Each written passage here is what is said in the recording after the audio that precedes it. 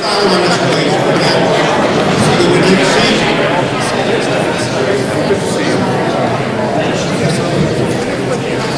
First of all, I'd like to ask everyone to stand for the pledge of allegiance, please.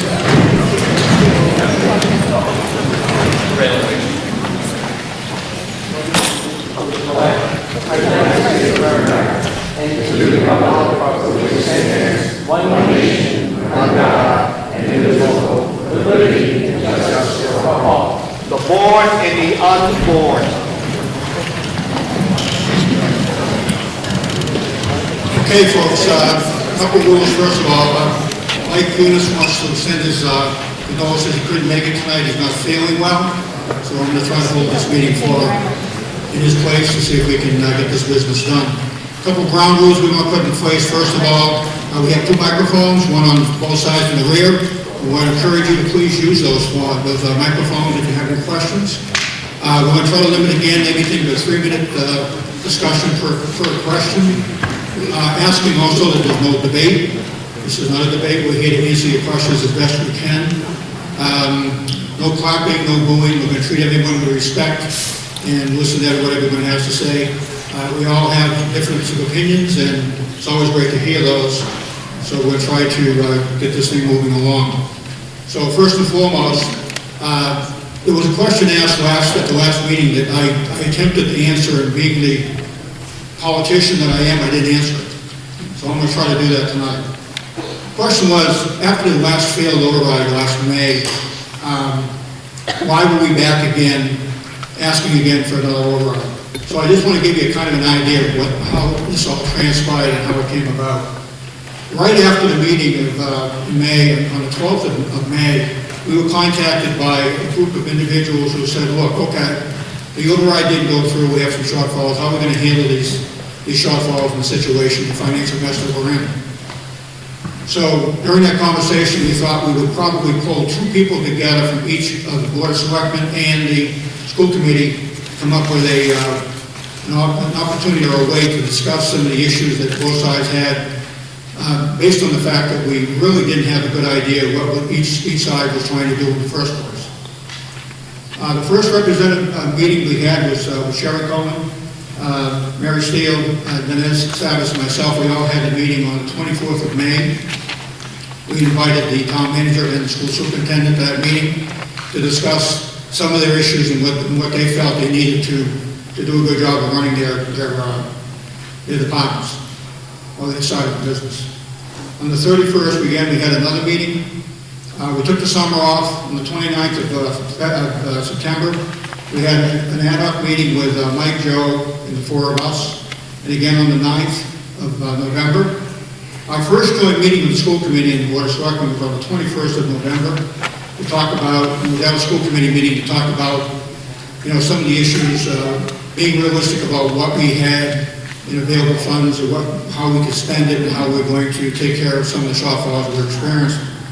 From there, we had another meeting on the 5th of January, another joint meeting with the Board of Selectmen on the 12th of January to talk about all the issues in conjunction with the Selectmen and the school committee. Another ad hoc on February 13th. And the final meeting was to, for a couple of reasons we had to meet, but one reason was to talk about whether or not to put forth the override question at the request of the Board of Selectmen and the school committee. And on the 9th of March, we did have that joint meeting, and that's the reason why we're here tonight. So hopefully I answered that question. This didn't arise from, that instinct. This came over a period of time. We did a lot of talking. We did a lot of negotiating. We came down, we didn't go up on what was being requested. And I just say that the school department and the town municipal side of the business did a pretty good job of trying to negotiate, come up with a plan that made sense to all of us. So hopefully that answers that question. I apologize for not doing that in the first place. So, having said all that, anyone has any questions, anything they'd like to bring up, please identify yourself. And Mr. Lee Ralph Smith, 12 James Street. I like what you said, Bob, but no one from the no side was invited to the ad hoc committee. And that was very annoying and aggravating to listen to the fact that you guys on your own decided to do another 2.5 override, after 10 months later. So the anger still comes out. You didn't invite anybody, including me, to those meetings. And that's why you called it an ad hoc committee, so you didn't have to post the meetings. So you did a dog and pony show in the background. We don't want public side to listen to us. That's my aggravation. It was not an open, to me it looked like behind closed doors. And it just goes on. Okay, I would agree with that. That's my opinion. And I respect our opinion. I would say to you that the ad hoc, the reason we do an ad hoc is so that we can have a conversation without What's wrong with having the those meetings. conversation with the opposite side? On the other hand, Mr. Stefanelli, I know you attended many of those meetings yourself, and we assume, The last one. We And I had assume- to find out after, wait a minute, let me have the mic. never mind. This is one-on-one. No, we're not doing a one-on-one. So I'll go one-on-one. you answered, you asked a question, I answered your question. Let the next gentleman have to say. If you want to say something else. No, free speech. We are not going to have a debate. Oh, why, you chicken? No, I'm not chicken. You came to the meetings, we assume you. I came to one meeting, and it was the last meeting. Okay, And I had to find out from the No debate. Boston No Globe, debate. and I even said, no, it's not worth it. Thank you. You did it in the dark. No debate. You did it in the dark. Thank you, Ralph. Appreciate it. No clapping, please. No clapping. We'll do the same for you when the time comes. Yes, sir. Yeah, good evening. Paul Wanamaker, I live on Taunton Avenue. And as you just mentioned, 10 months ago, this town said no to a Prop 2.5 override. But last time we met here, we were told that, wait a minute, this is new and improved, this particular venture here. And is it really? As I look at it, something I brought up last week, I don't know that anything has changed. There are things like non-recurring expenses as part of this override proposal, meaning that there are some expenses, a significant amount of money that's going to be essentially spent if this goes to where it's designated in the first year. And when I asked what becomes of that now permanent amount of money that's there every year, where does it go? Well, I guess it goes into the general fund was the answer that I received. And something's not right about that we would be asked as a town to vote on a permanent amount of money that is not, essentially not designated to anything. I also, last week, in talking about the sports activities, et cetera, I played sports growing up, and I think it's great. But I heard that one of the arguments that why we should vote for this is because if we don't, I got out of that, what was said, that there would be kids wandering the streets at 2:30 in the afternoon. And my comment on that is that that's not an override issue, that's a parental issue. If there are kids wandering the streets, parents ought to intervene here. What's wrong with going home? What's wrong with doing some chores?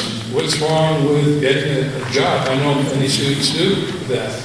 But that's certainly not a justification for the sports expenses. My daughter and her husband and 4 of our grandchildren live in Missouri, and they homeschool.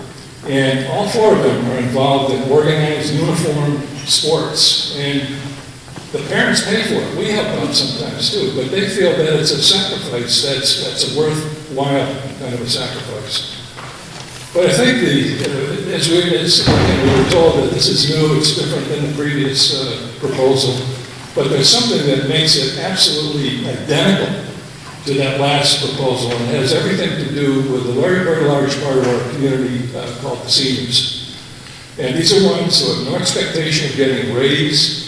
They are not going to be getting other funds. They're trying to make stretch each paycheck along the way.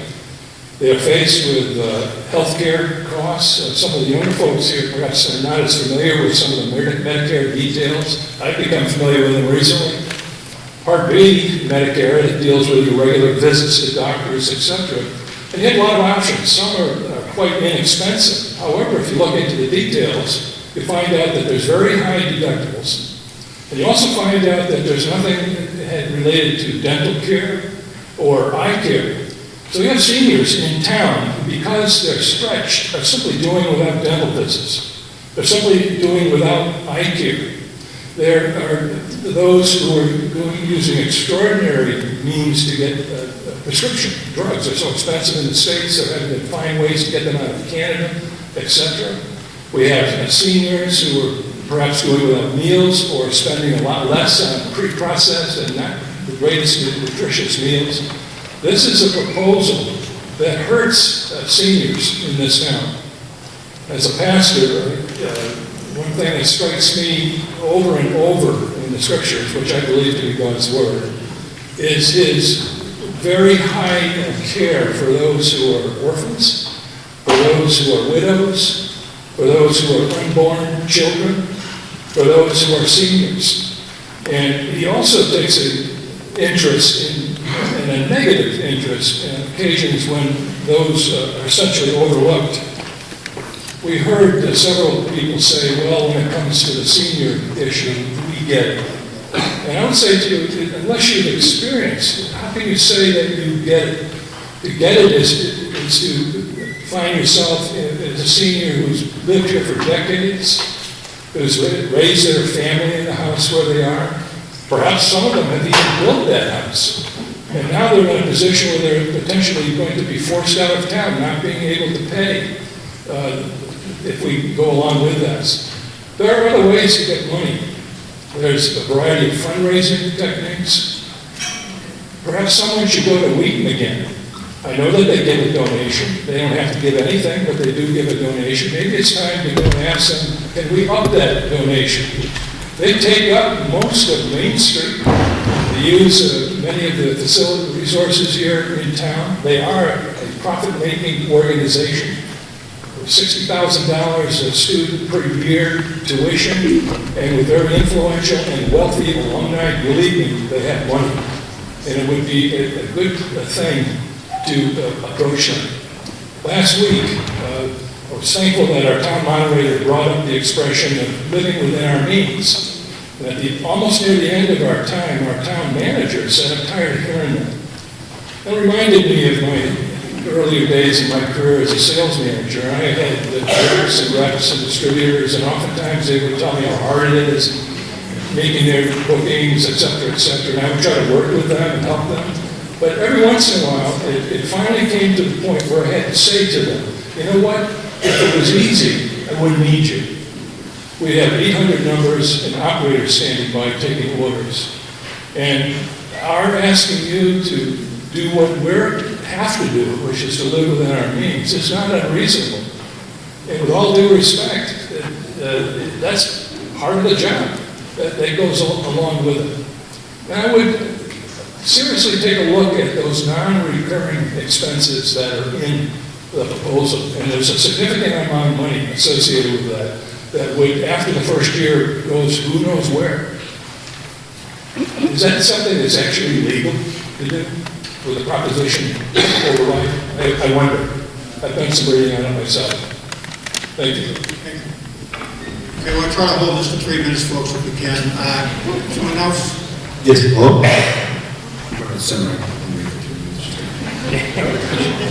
Okay, you just wasted 10 seconds. I only have about 5 seconds worth of value here anyway, so don't worry. Joe Coakley, 81 East Dodge, has been in the town for about 8 years. Really the message I want to try to get to everybody here is, I feel like what we're really up against here is the fact that there's a bunch of needs that exist out there. There's needs as a parent, there's needs as a senior citizen, there's needs as a teacher, an administrator, police, fire, and so somehow we've got to come together, figure out those needs and find a way to prioritize and do our best to satisfy as many of those needs, just like we all do in our own personal lives. So, with that being said, we identified last year that there was a need. We all felt, some felt there was a need for certain things, and some people felt that there was a need that we weren't going to do certain things, like we weren't going to pass an override. And I think Bill sat here in a similar situation and said, you know, this problem's not going away.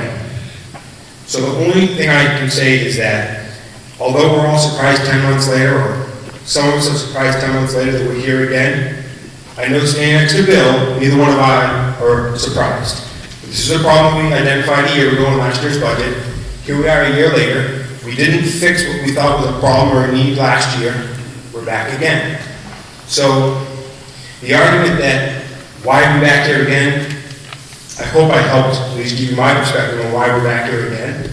And the other message I think we're sending is that we do live in a democracy, and therefore that gives us the right to come here and do this and say to ourselves, we would like to do a 2.5 override, or at least debate about it. Or today we're not debating, but we're going to have a discussion about it. But either way, so that's just the world we live in. We should be thankful that we have the opportunity to at least come here today and have a discussion. And I have a minute left, so I'm going to pass my remaining minute back to the panel here. And I just wanted to make that comment. And I appreciate everyone coming up and at least having a discussion here, because I think it's beneficial. And if we don't solve it today, hopefully we can solve it tomorrow. Thank you. Yes, ma'am. Hi, my name is Kathy Marinelli. I live at 7 Wheatfield Circle. I wanted to ask, first of all, I wanted to clarify from the last meeting, Mr. Kimball, you were opposed to this in the last override, correct? So you were from the no side coming into this ad hoc. Okay. The other thing I wanted to ask, Dr. Biella, you went over a bunch of things that you did for the school budget that you did. In addition, like you added school choice, you found a lot of extra dollars, and I think that that's amazing. I can't, for the life of me, recall specifically, but I remember I was very impressed with the list. And then later in that meeting, there was a mention of your salary. And I figured, I was thinking to myself, when this was brought up, that you have well worth your salary and what you have brought to the school budget. Just single-handedly, you've added so much. You've made a silk purse out of Sauzier. In terms of after-school childcare, it's not a parental issue. It's years ago when I was in junior high and high school in the 70s and 80s, my parents, thank God, didn't have to pay sports fees for me to go into sports and to walk the right path into success. If they had to, I probably would have ended up in a much different place. And I think I can say the same for the children of some of these people who think that this is a parenting issue. It's not. A lot of these parents both parents work. So who is going to watch those children if they don't have sports and activities after school that are covered? Our volunteers are straight out. We've asked Wheaton, we've asked every business in town, and we do lack businesses for money. And we have beaten that trail. We have raised. I helped fundraise for the new playground at JCS. And let me tell you, it's not easy, but we did it. But at some point, people are being tired of being hit up by every first, second, third, all the way through grade 12 kid knocking on their door selling candy bars. I don't need any more Christmas paper. I don't need any more cookie dough. It is not a parenting issue. These parents have to work. And there are some children that go without health care because their parents are paying bus fees and they're paying fees for these kids to have opportunities in sports. So, my mind's now blank. So. Anyone else? Please go to Mike.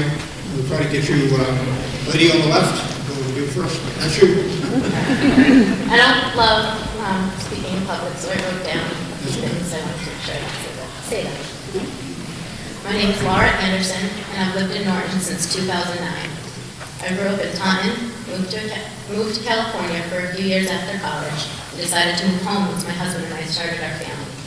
When we began the search for a house, we wanted to stay close to Boston, where both of our jobs are located, but also wanted to be close to my family, who's still in Taunton. When we looked down the road from my parents' house less than 10 miles, we found everything we wanted in Norton.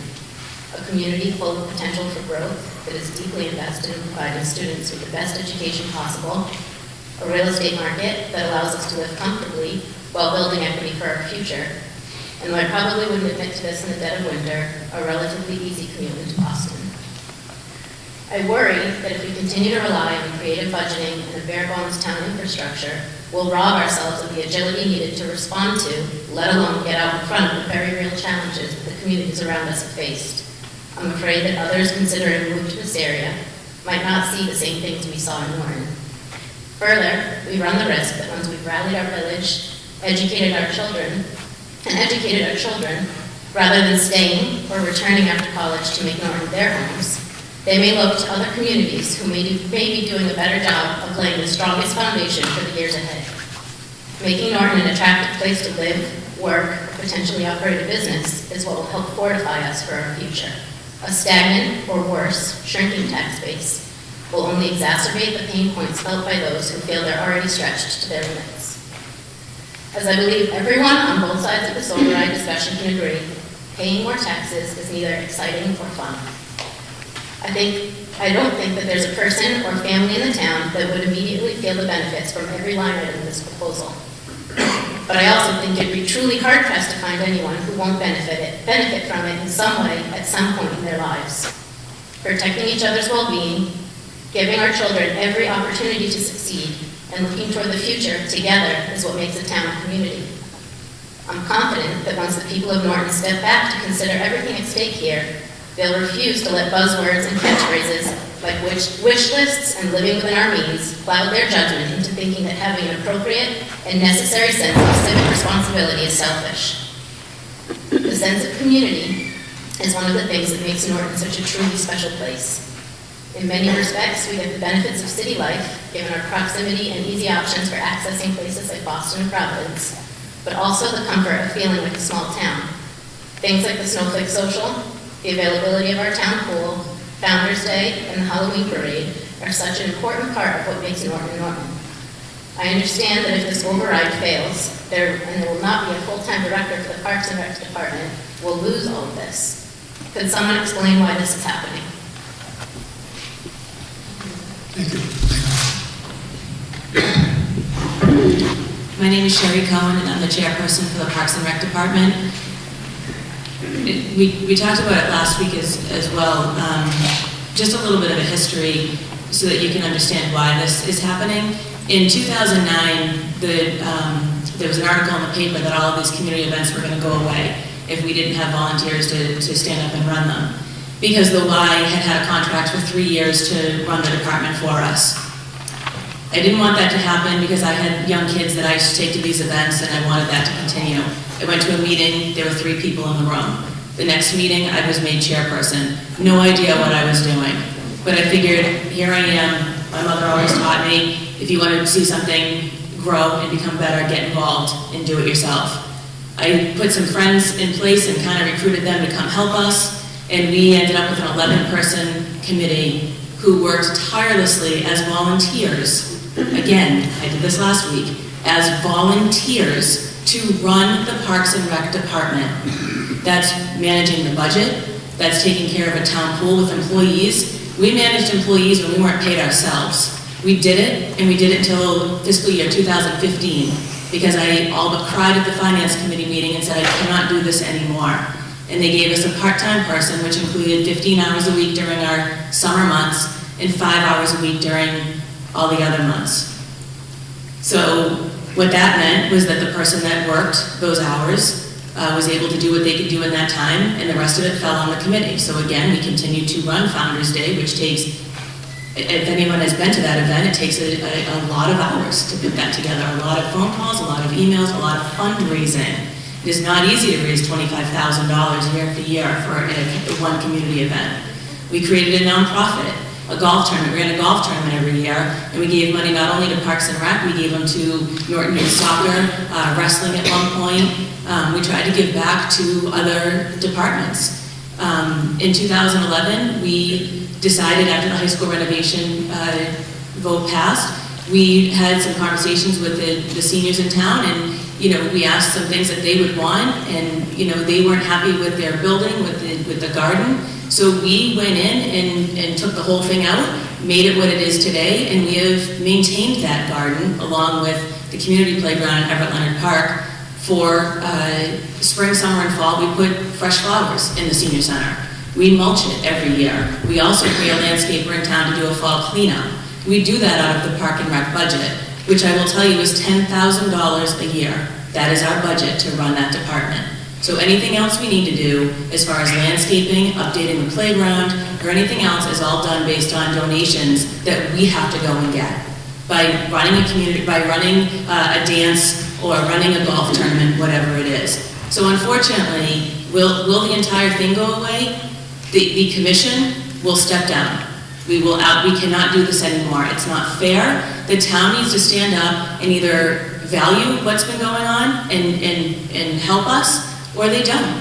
So the commission will step down, and the person that's working 15 hours a week, if they still continue in that position, will pick and choose what they can do. Will they be able to run a Founder's Day in 15 hours a week? I don't know. They'll have to figure that out, and things will have to go away. And, you know, it's a devastating decision that we had to come to, but we can't do it anymore. We really need the townspeople to come together as a whole. This is not seniors versus kids. This is our town coming together as a whole to move our community forward.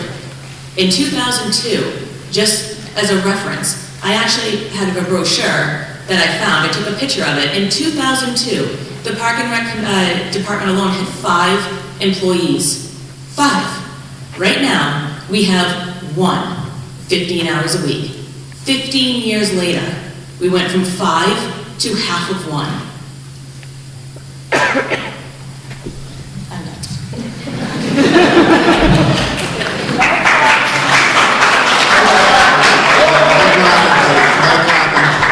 No clapping, please. Yes, ma'am. I'm just going to... Could you identify yourself, please? Just Yeah, I will. Yeah. My name is Rachel Sayes McIntyre. I have lived in Norton for 41 years, and I am a mother of 4 young children. I am a daughter of a married couple starting a new chapter in their lives in the town of Norton. I am a daughter of parents that brought me to the town library every week for preschool activities and to check out library books. I am the daughter of parents who also fought to pass an override to help our town move forward. I am a daughter that needed to call 911 and needed quick response to try to save my father's life. We are a new married couple that got our first home broken into, and again, quick response of the Norton Police allowed the intruders to be caught. We are parents of 4 children that ask to check out books at the library and who love to attend library activities. We are parents of children that seek out parks and recreations for social and recreational fun. I am a physical therapist in the area who helps keep older people in town strong enough and functional enough to stay in their homes. I am a PT guiding clients to contact Council on Aging in order for them to get appropriate services, questions, and concerns answered. I am a PT that walks into homes in this town where clients are very ill and have fallen and had to call EMS if necessary. Response time is necessary and crucial at times. I am a daughter who is raking, weeding, and seeding to maintain my father's burial plot because at times it is not properly maintained because of the lack of help. I am the mother of 3 children in the school system who tirelessly advocates for each of them to ensure they are getting the services and guidance counsel they need but don't always get. We are a family of 6 growing out of our home.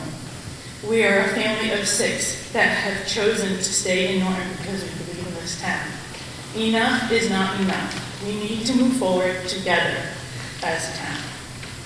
My question is,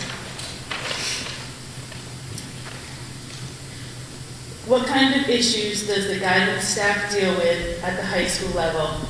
And will there be more availability to adjustment counseling at the elementary and middle school level for children that may benefit from it but may not have an IEP or a 504? Dr. Ryan? Good evening, everyone. So the typical role of a guidance counselor at the secondary level is literally college and career readiness, as well as stepping in for any of the social emotional development needs of the student. It's been going on that way. This is my 25th year in public education. That's been the typical role as you are moving students into anything from military to career ladder to college placement.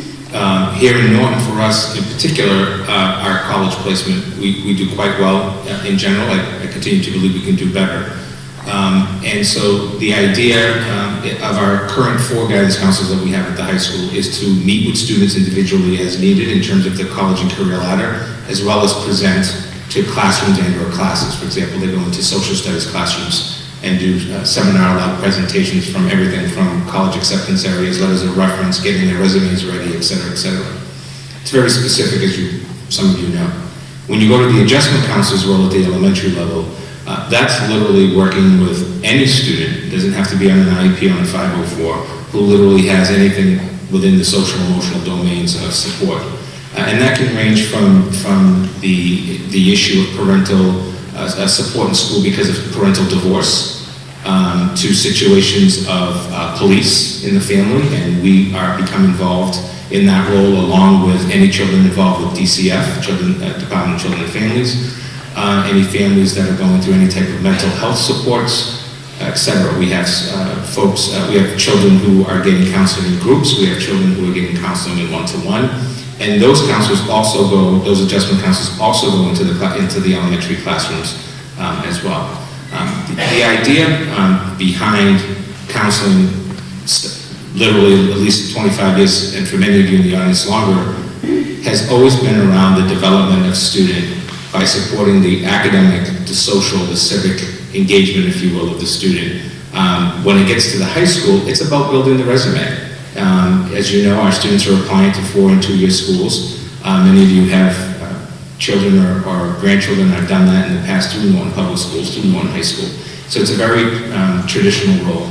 Our current enrollment has approximately 200 students per counselor, which is a good caseload. My requirement is that they meet with students individually. That's something that we've been doing here for quite a while. And then beyond that, it's the emergency situation. So, for example, as I statistically said the other day, with students that are coming back from hospitalization, our counselors are involved with that. We also have adjustment counselors at the high school that are specifically involved with those students as well. So you have the intake of the student coming back, everything from the makeup work and how that's going to be set up and time and schedules and so on and so forth. I don't know if that addresses your question. Thank you. Yes, ma'am. Hi, I'm Laura Bukowski, Village Way. I have PowerPoints, and I'll try my best to stay under 3 minutes, even though it's not my very best thing.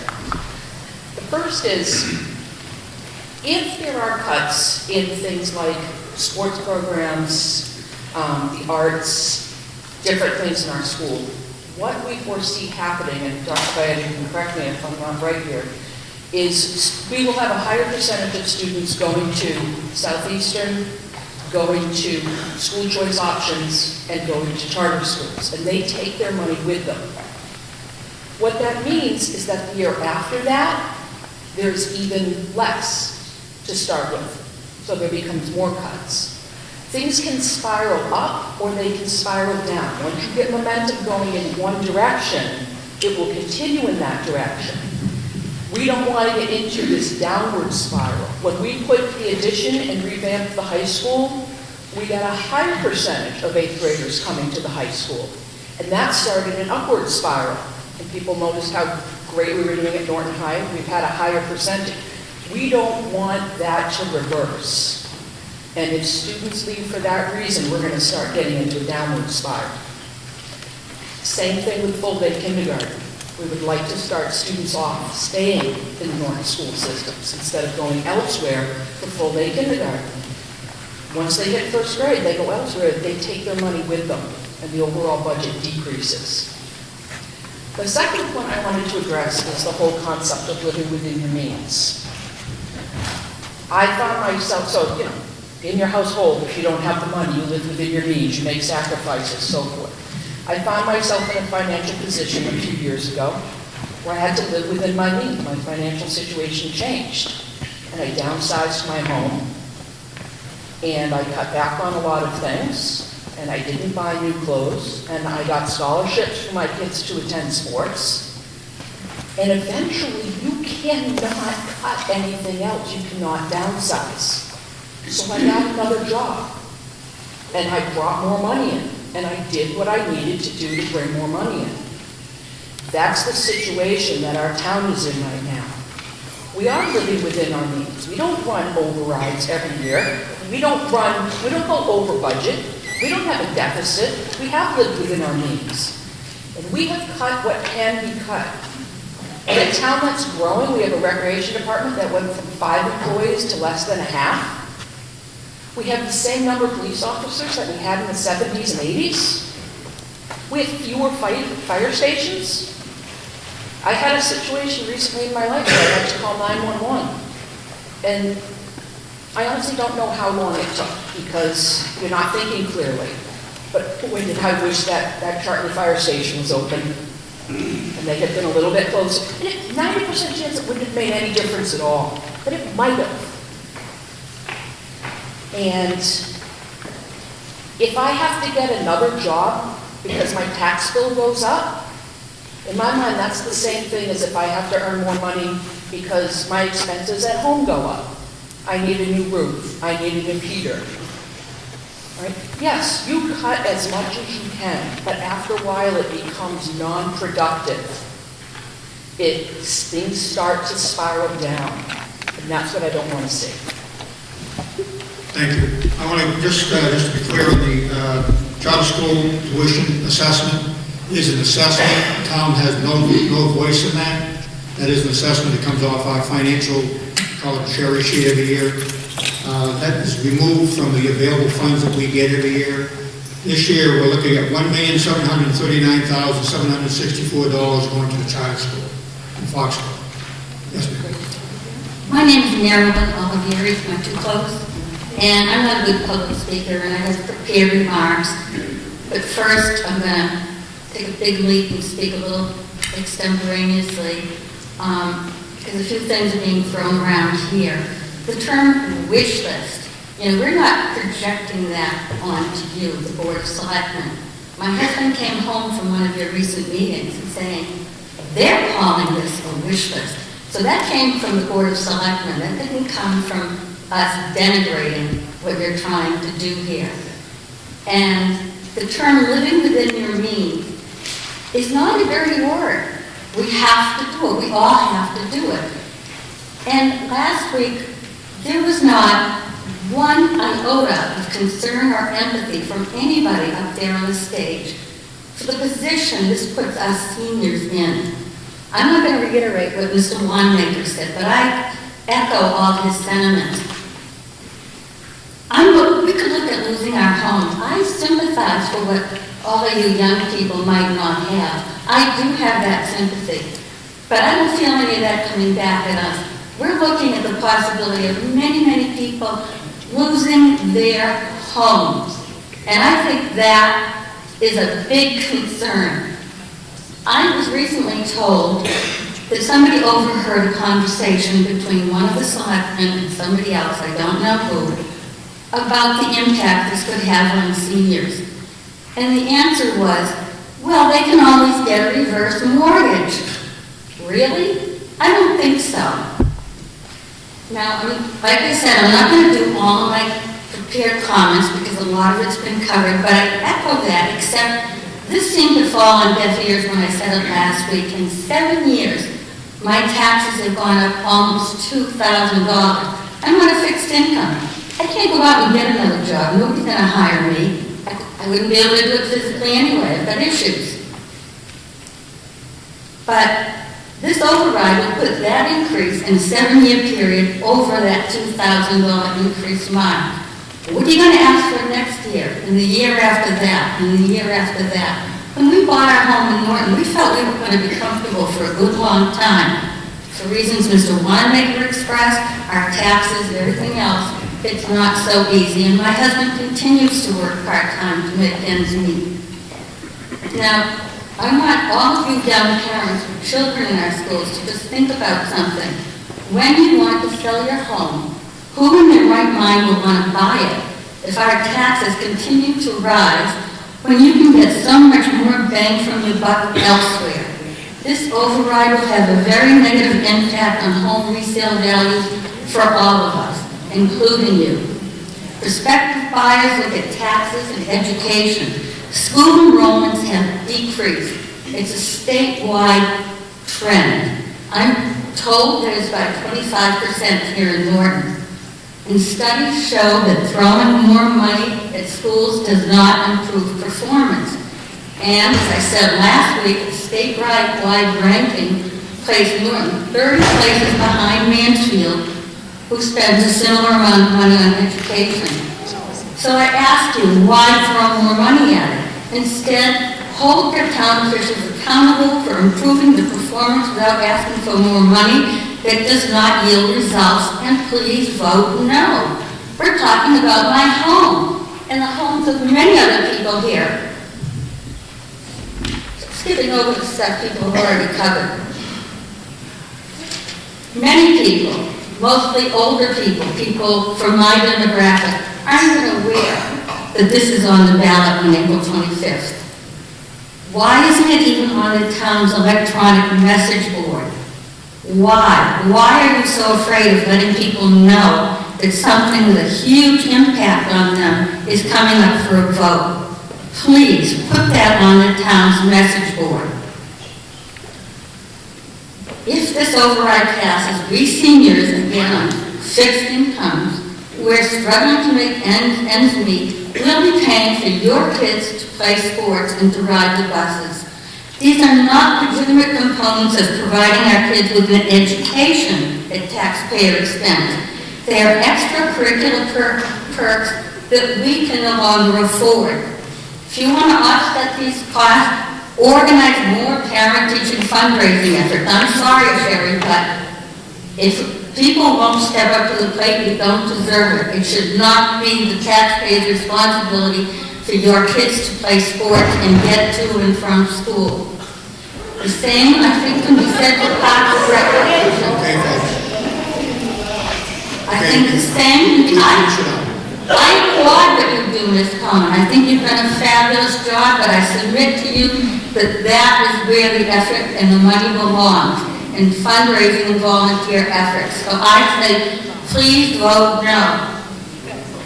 If we start paying for free, full kindergarten, how many good people who are now providing this service to your kids will be losing their jobs because you expect me and everyone else on a fixed income to pay for that too?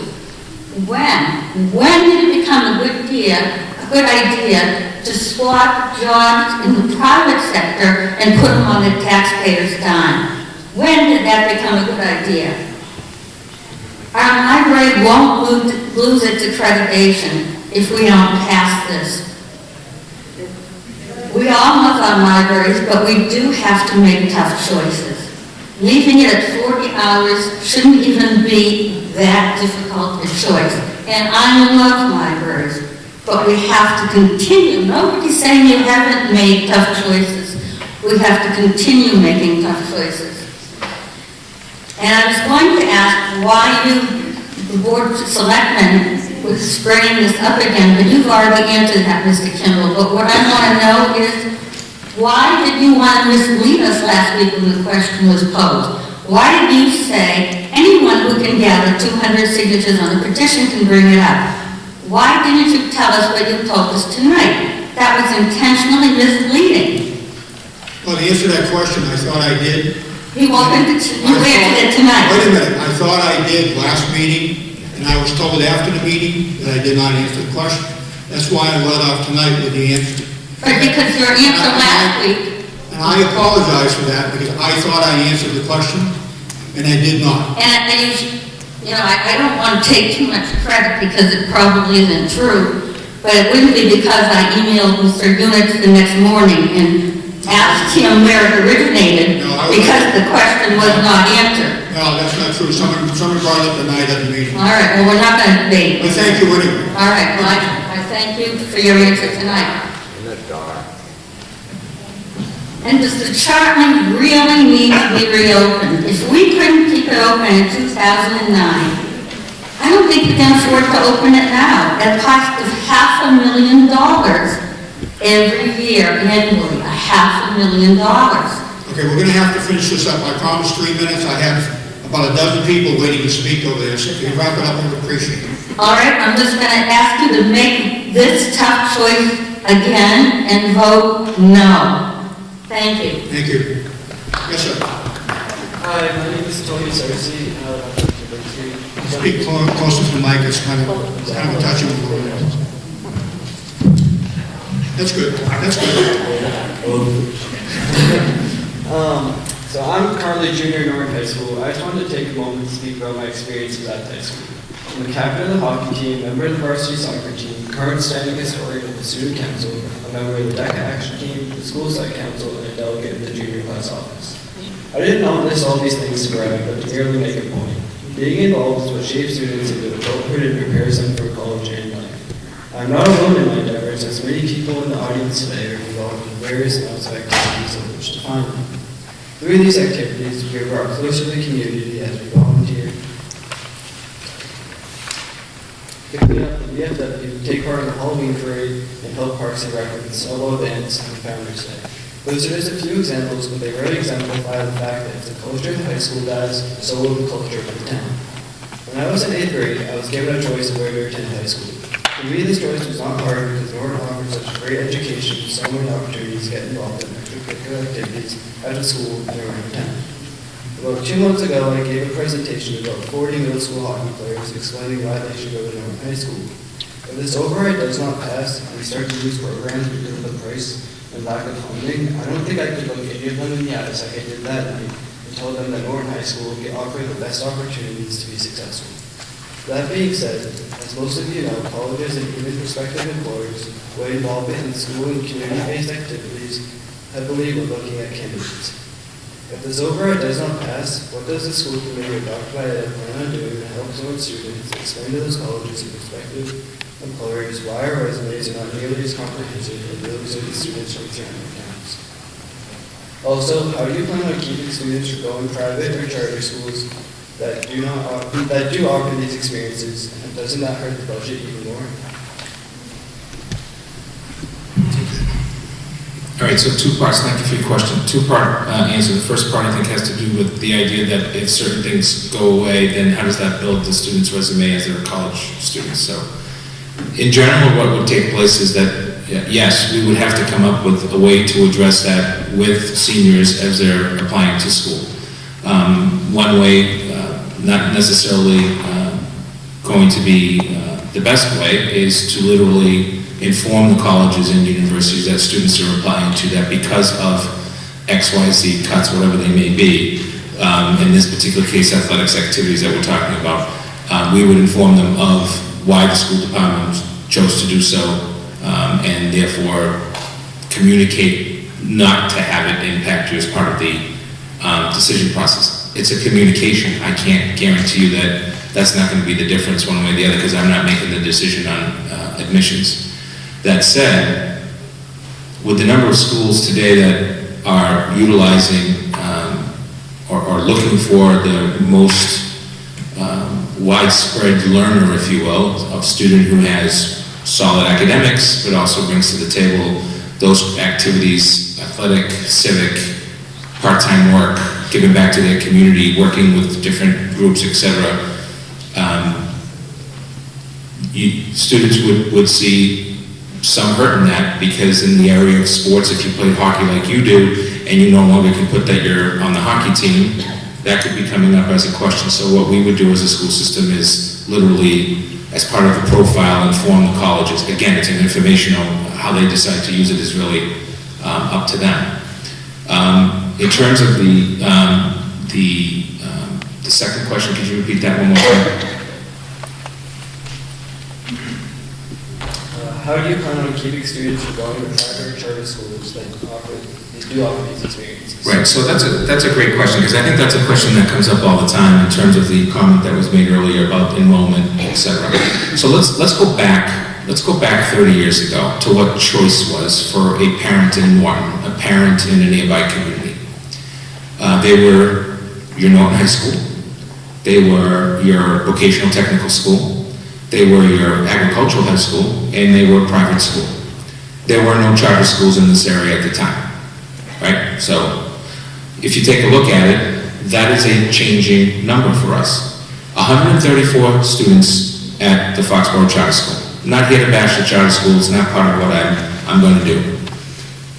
But 134 students are taking with them $1.7 million. Does anybody think that it would cost the Norton taxpayer $1.7 million more to educate 134 students? Let me take you through that. If I had 134 students come back to Norton tomorrow, and I was to have them, regardless of what grade they were, let's say there were 10 students in 5th grade, 10 students in 4th grade, 7 students and so on and so forth, the total number of staff that I would have to hire would be in the vicinity of 5 to 7, depending on the school. Let's say they're each getting paid $60,000. 60 times 7 is 420. 420 is now $1.7 million. That's part one. Part two, choice is the new thing. In 2013, when I got here, the first thing that I noticed was if it's good to leave Norton because you have the opportunity, then why isn't it good to come to Norton? And we literally, with spending no money except for the webpage and word of mouth and publications, we started the school choice program. We spend $600 a year in publications with 2 local newspapers on school choice. That's what we spent. And that has brought in over $300,000. Next year, it's going to be well over $300,000. Why did we do that?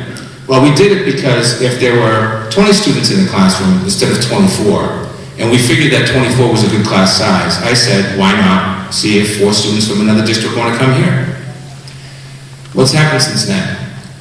Charter school enrollment from Norton's gone from 193 students when I started here to 134 students, and a projected number next year of under 130 students.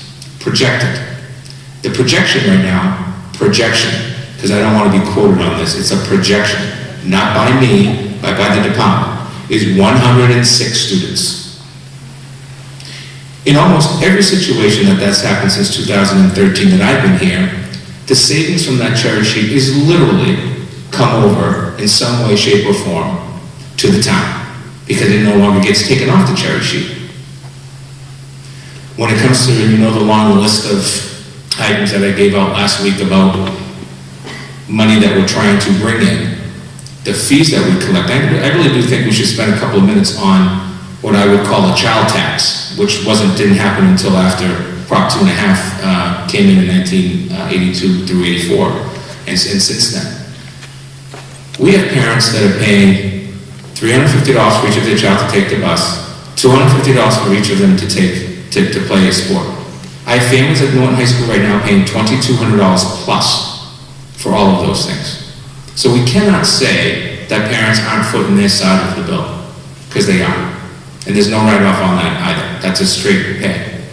So, will students from Norton consider other options? Sure. There'll be plenty of options. They continue to have the options. My job is to literally find ways to compete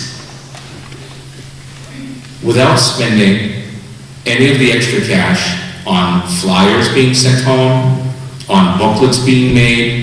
The Voc School is always the one that takes the hit from folks. I spent 5 years as a teacher in a vocational technical high school and 6 years as an administrator. I know that formula as well as I know the formula for this side. It's really simple. X number of students from Norton want to go to Southeastern. Southeastern this year had 970 applicants for 375 seats. That was told directly to me by the superintendent of schools. I don't have the number yet of how many students have been accepted to Southeastern from Norton. We know that their projected enrollment for next year from Norton, based upon the cherry sheet numbers that came in, was 89 students. That's also down from an average of about 112 for a number of years. We also know that the cost of doing business continues to go up. And for us, when you look at our budget and the way that it works, just so that I can throw some numbers at you. In 2005, the per pupil expenditure was almost $8,200. 2005. That's Department of Elementary Secondary Education audited numbers. In 2015, which is the last audited numbers, it was just over $13,000. One particular line item sticks out for me, and that is the cost of insurance and retirees. The per pupil cost in 2005 for insurance and retirees was $1,186. It's just under $2,500 right now. And when you look at it, the definitive issue is that the cost of those items, which are not directly something that I control, have gone up. I'm being told I have spoken over my time by Mr. Stefano, so I don't want to be yelled at, so I'll come off. Well over, but we get shut down, but you get the floor. Thank you. That's what I held up time. Okay, Mr. Stefanelli. 8 minutes. Did we answer your question? Yeah. Does he vote? Mr. Gavea? Okay. I'm going to try to cram this in 3 minutes, because I'm pretty wound up right now. First of all, I very heavily resent that any insinuation that our public officials, elected or appointed, are dishonest, disingenuous, or misleading. That's just not true. And if you don't believe it, come to the meetings, watch what goes on. If you don't agree with their positions, that's fine. But don't tell me they're dishonest, because you don't know what you're talking about if you say that. Now, as far as why an override now, as opposed to after last year, the answer is because every budget year is different.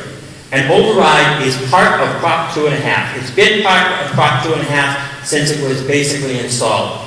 And every year, an override is on the table. And every budget is different. When you start on the budget, your officials start and look at it from top to bottom, and figure what can they cut, what do they need to add, what services are important, what do they do. I appoint volunteers to the town finance committee, and I watch what they do. And they spend night after night after night working, unpaid, in this town to try to make the best recommendations to town meeting. And guess what?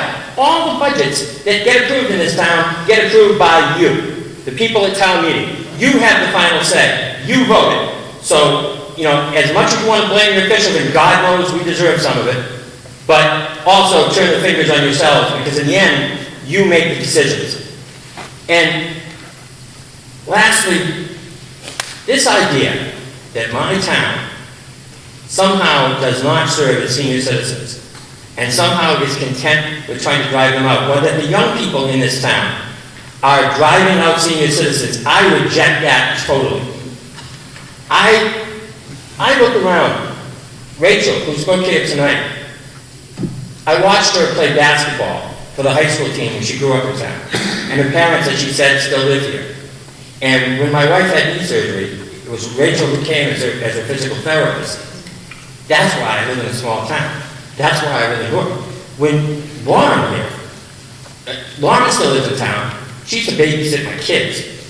And Lauren's dad was town moderator long before I was, and a dear friend of mine. The two chiefs up there, God, I know their families. I know them. They've grown up in town. And, Mr. Schleicher's parents are, not that Mr. Clark's aunt, but Mr. Schleicher's parents are the salt of the earth, and they still live in town. They're the greatest people going. You think these people don't care about seniors? I'm sorry, Reverend, but I reject the argument that somehow it's okay to say that the argument that kids will be running around town and have nothing to do after 2:30 if the override fails is wrong, but the argument that if it passes, senior citizens won't go to the dentist is right. Sorry. At least those two arguments, at the very least, are on equal footing. You can't argue one and not argue the other. So when we decide these, remember, these young people in town are trying to make a home for their families, and they stayed here. I wonder why we always talk about we're driving out senior citizens, and we never talk about we're driving out families. My son just left work. He had no choice. He couldn't put my grandsons into a school system that he no longer believed in because he didn't think it would be fun. That's not the town I grew up in. That's not the town that I know. Don't tell me that my town doesn't take care of its senior citizens or doesn't value its senior citizens. We have a history of doing it, and if we do it at the expense of the families growing up in town, then we have cut off our nose to spite our face. So you want to make your arguments, but do it on a common sense basis. Thank you. Yes, sir. Miles McPartland, 250 Old Taunton Ave. I just have one question. I had to write it down, sorry. Can someone explain how Proposition 2.5 works and why the override option is there and built into the law? Oh, boy. I'm going to give it a try. Okay? Remember, I'm a volunteer. The Prop 2.5 was established to allow only a 2.5% increase over the levy limit each year. And so how this works is we can only increase our tax base by 2.5% per year. And it was, I believe it was late 70s, no? Early 80s when it came to being. So we are restricted. We a long time we were called Taxachusetts. I think we still are to a certain extent. But I think the idea was to cap it at 2.5% per year for new growth, as far as what we could actually raise in revenues for taxes. We have other opportunities to raise money, but this is one that's pretty much etched in stone. We can almost tell you what we're going to have for a number of years as far as what we can raise through taxation. So I hope that answered your question, but that's about the best I can do for you. So, okay. Yes, ma'am. Good evening, Amy Sawyer, 7 Ellis Road. I have 2 questions and I'll be quick. My first question is, what kind of emergency fund do we have? If we are a town that is living within our means, are we at some point going to be living with our means so narrowly that we have to close the library to clear snow? That is my first question. And then, to follow on that, where should we be as far as emergency fund? And then I have one other thing after that. Trying to answer your first question, we have 2 reserve accounts, stabilization and capital. We've spent, in the upcoming town meeting, we're going to spend just over $1 million in that account. We have a balance of about $900,000 left. Stabilization, I believe, is supposed to be around 5%. And the last I knew, we were around, we're just under $2 million in that account. So we are not anywhere near where we should be. So the rainy day funds are the emergency funds. We really are not in a position, if something drastic really happened. Unfortunately, today we have insurance and, that kind of stuff. That, if the school burns down, we're actually insured for that. So we don't have to find the money to deal with it. We will have to find money to house students somewhere else, maybe. Right, but we don't get insurance money the next day. No, it we takes need a while. cash to. Right. Okay. So our reserve accounts are pretty low and have been for a number of years. This is not something, what we try to do in the springtime is we try to do our capital expenditures, and that's for police and fire, schools. We try to make some general improvements. We had a laugh last night at the finance committee because the request was just over $13 million this year for the capital cost, and I think we approved just over $1 million. So, we're way off. It doesn't mean we have a need. We just don't have the money to do it. So, in the fall, what we try to do, if we have any available funds come back in, we try to replenish those accounts so that we can at least keep them balanced. We have a number of leases we're working on, maybe 2 years or 3 years or 5 years, 5-year leases that we are already committed to. But what's happening on the reserve accounts is the major factor, we're not doing anything. We're not moving ahead. We're pretty much putting Band-Aids on everything and keeping everything going. We've been very vocal about the fact that we need a COA building. The one we have is totally inadequate. Our town hall is totally inadequate. It's outdated. We laugh occasionally about the fact that we probably have the only town hall in the Commonwealth of Massachusetts that doesn't have a building permit. We never got a certification to actually go into the building. But we're in there, and we use it as long as we have to. But our reserve accounts are pretty narrow. What was your second question? My other question is, as the mother of 2 young children in town, I am sympathetic to the needs of seniors. in this community, and I'd like to know how the override will impact the Council on Aging in the Senior Center. I'm Beth Rossi, I'm the director. Yes, can you walk up to the mic, please, so that we can hear you?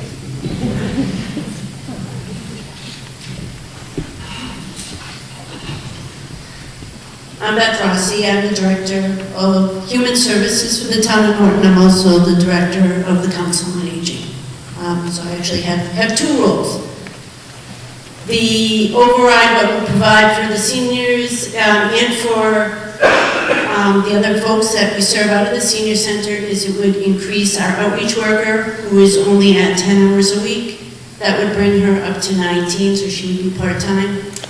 And the other thing that would do for the senior center, it would give us a part-time secretary to answer the phones. Both of those are not needs, they're wants. We have an outreach worker who is phenomenal. Her name is Kathy Varna, and she goes out to people who can't come to the senior center. I don't know if a lot of you know, the senior center is a human service facility. I serve people all ages. People come to me with any sort of need that they have. So I see a lot of hurting folks in Norton, people who are looking for help with food, clothing, fuel assistance, and it's all ages. So our outreach worker can go to people who can't come to the center, whether they can't get to the center because of mobility issues, or whether they can't get to the senior center because they don't have a vehicle or transportation to get there. So that's one thing that we're going to do. And Kathy's phenomenal. And I could go on and on, telling you stories about her going to people's homes and finding people who've been on the floor for a couple of hours and calling the families and getting them life alert and spending hours upon hours to make people safe in their home. The other need that we have is a front clerk, somebody to manage the phones. Right now, like the recreation department, I'm the only full-time staff person. We have a 10-hour-a-week outreach worker, and we are solely supported by volunteers. We have the best volunteers ever that support the senior center. We need more. Thank you, Beth. Just a reminder, folks, this baby boom becoming more. We're not diminishing. We're actually getting more and more senior citizens every day. We're living longer. We have better medical care, and we're able to enjoy life in the later years. Yes, ma'am. Nicole Rich, 46 South Washington Street. So my questions continue for Dr. Bayetta. So I do also want to address a couple of comments that were made at the last meeting. So one was just spend the money. And there's a big concern for that because I've worked in school districts that are considered the most affluent in the state to those that are significantly in need. And I can tell you that there was never a mindset of just spend the money, no matter what district it was. So I just wanted to put that out there. And even in the most affluent community, it was conservation. So another question that was raised was, will this be forever? So I don't know that it was actually addressed as far as the budget, and I know the question was, so if the funds do go through, will it be sustained? That's why it's only written for 1 year, 1 fiscal year. So if it is approved, we could also be facing again, and next year, more money being needed. And I can only say from experience that I've also seen this happen in other districts as well. So a couple of the questions were in regards to the Project Early. So preschool and kindergarten are not mandatory. It's only mandatory for those children with special needs. So I know that in the budget there's an additional request for a teacher and 2 paraprofessionals. So also with the paraprofessionals, can you explain why, if the state regulations say that for a classroom of a class size of 15, which is typical for public schools, they do say they can go up to 20 in a classroom, but the requirement is 1 teacher and 1 aide. Okay, so that's a classroom of 15 with no more than 7 students with disabilities. So why are there 2 paraprofessionals in these classrooms? Sure, so I'll give a shot at it. In general, what we have seen with the students that are coming into the project early is more and more severity of special needs. As you know from your experience, Those needs are, in our particular case, are not necessarily one-to-one needs. But the way that we've set up our project early here is that we take in the special needs student as required, and we have what we call community models that are also part of that classroom for certain hours of which parents pay for. So that's one part. Our projection, based upon Gene Sullivan, who's here tonight, our director of PPS, going to the meeting in the fall, was that we were going to see a doubling of the students enrollment coming in, special ed students, not regular ed students. Okay, so can I just, so they're guaranteeing, so the district is already identifying them technically by law. They're qualified at the team meeting that involves the parents and the special education team from the school system, correct? So what we did is in every late August, early September, Gene Sullivan, our PPS director, attends the general meeting in the area. We typically get numbers around 12, 14, 16 students that are going to age in September through June. This year, when she came back to the office, our numbers were more than double that. The exact number, I believe, was either 30 or 32 is what we came back as projected numbers of students attending the early intervention programs that they are suggesting that 2.9 or 3 would be enrolling in our district. So our budget proposal, which is not part of the override, it's operational. It's on the operational side of it, in the level services side of it, is that based on those projections and recognizing that I would have to fulfill that projection, we put it in to our operational budget. Okay, so I understand what you're saying as far as getting the number from early intervention, because usually that list is about 30, no matter what district you're in. But they're only saying these are the number of students that are qualified for early intervention, which could also be articulation, which is not by state definitions in special education law. An area of need in speech and language is not articulation, it's not identified and defined as a disability, because students that are infants through 2.9, 3 years old, articulation is not identified as a disability, it's more expressive or receptive than speech and language.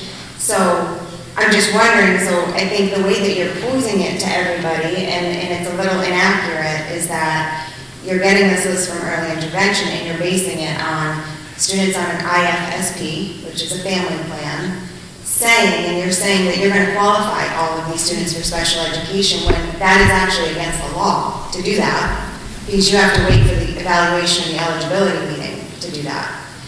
And then even given those numbers, 3 classrooms is sufficient, and even that one separate classroom. So my question was with regards to the ratios, which again are above what the state mandates and what the state says is suitable. So 2 paraprofessionals, so we're paying for 2 paraprofessionals, salary. I understand that you're cutting the cost there on health because you don't have to give them full-time, or they're part-time, so you're not required to give them insurance, correct?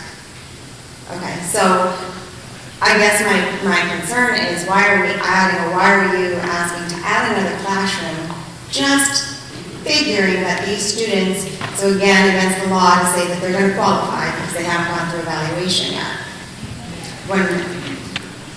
As you probably know, a number of my line items in my budget operationally are projections. And so if I'm creating if I have numbers coming in that are telling me the potential, a projection, not an accurate, I'm not forcing a parent to take a service, as an example. If the numbers are that high, what I would anticipate as the superintendent is that at some point during the year, I'm going to have to add that position. And based upon our budget and what we did with our budget, which was, if you really take a look at it, it's a swap. I took 2 positions with lower enrollment at the elementary and cut them, and I projected out in Project Early. It's financially, practically, it's actually a wash. Actually, it's a savings if you look at it. And those are based upon, and I'll give you an example, my projections currently for the 2 positions that we recommended cutting as part of our budget in January, February are wrong. I'm now having a class size problem at one of my elementary schools where my class sizes are going to 26 and 27 and 28. In this particular case, literally I took the projections of cutting 2 staff, I took the data coming out of special education, straight data, And we projected that we would, during the year, have to potentially apply a position into Project Early.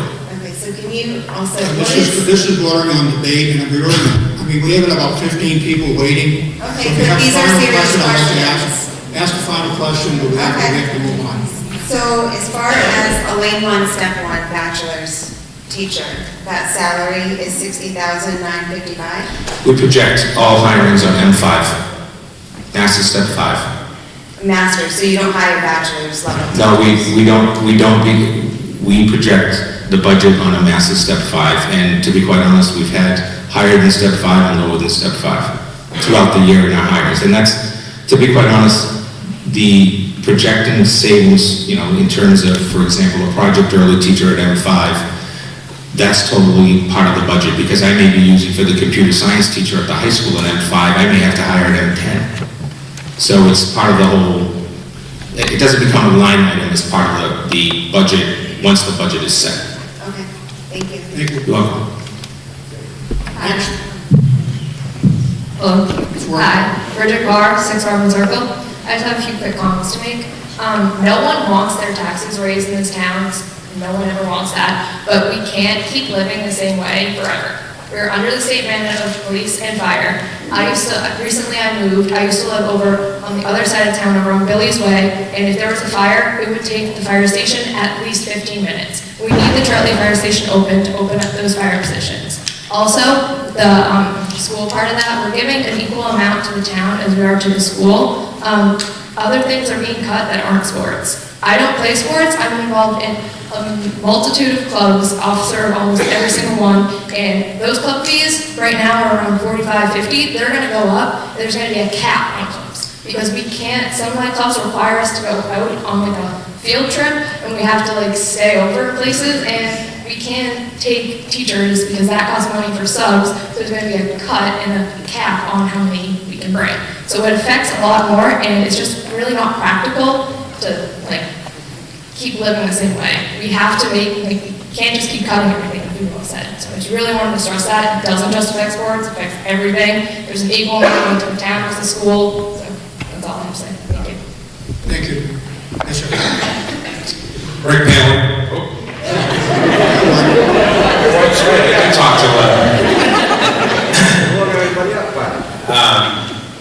to 9 Richmond Drive. I've lived in Norton since 1997. And I just thought I want to take a minute. Oh, and by the way, seniors, I do, honestly, I do empathize with your situation. I have 2 parents that are in their 90s, and God bless them. And we can get into that at another time, but I wanted to, I thought it would be beneficial for the group to hear, maybe from a perspective from a couple other towns. I also didn't need these at the last override. Sun Chronicle front page headline on March 30th.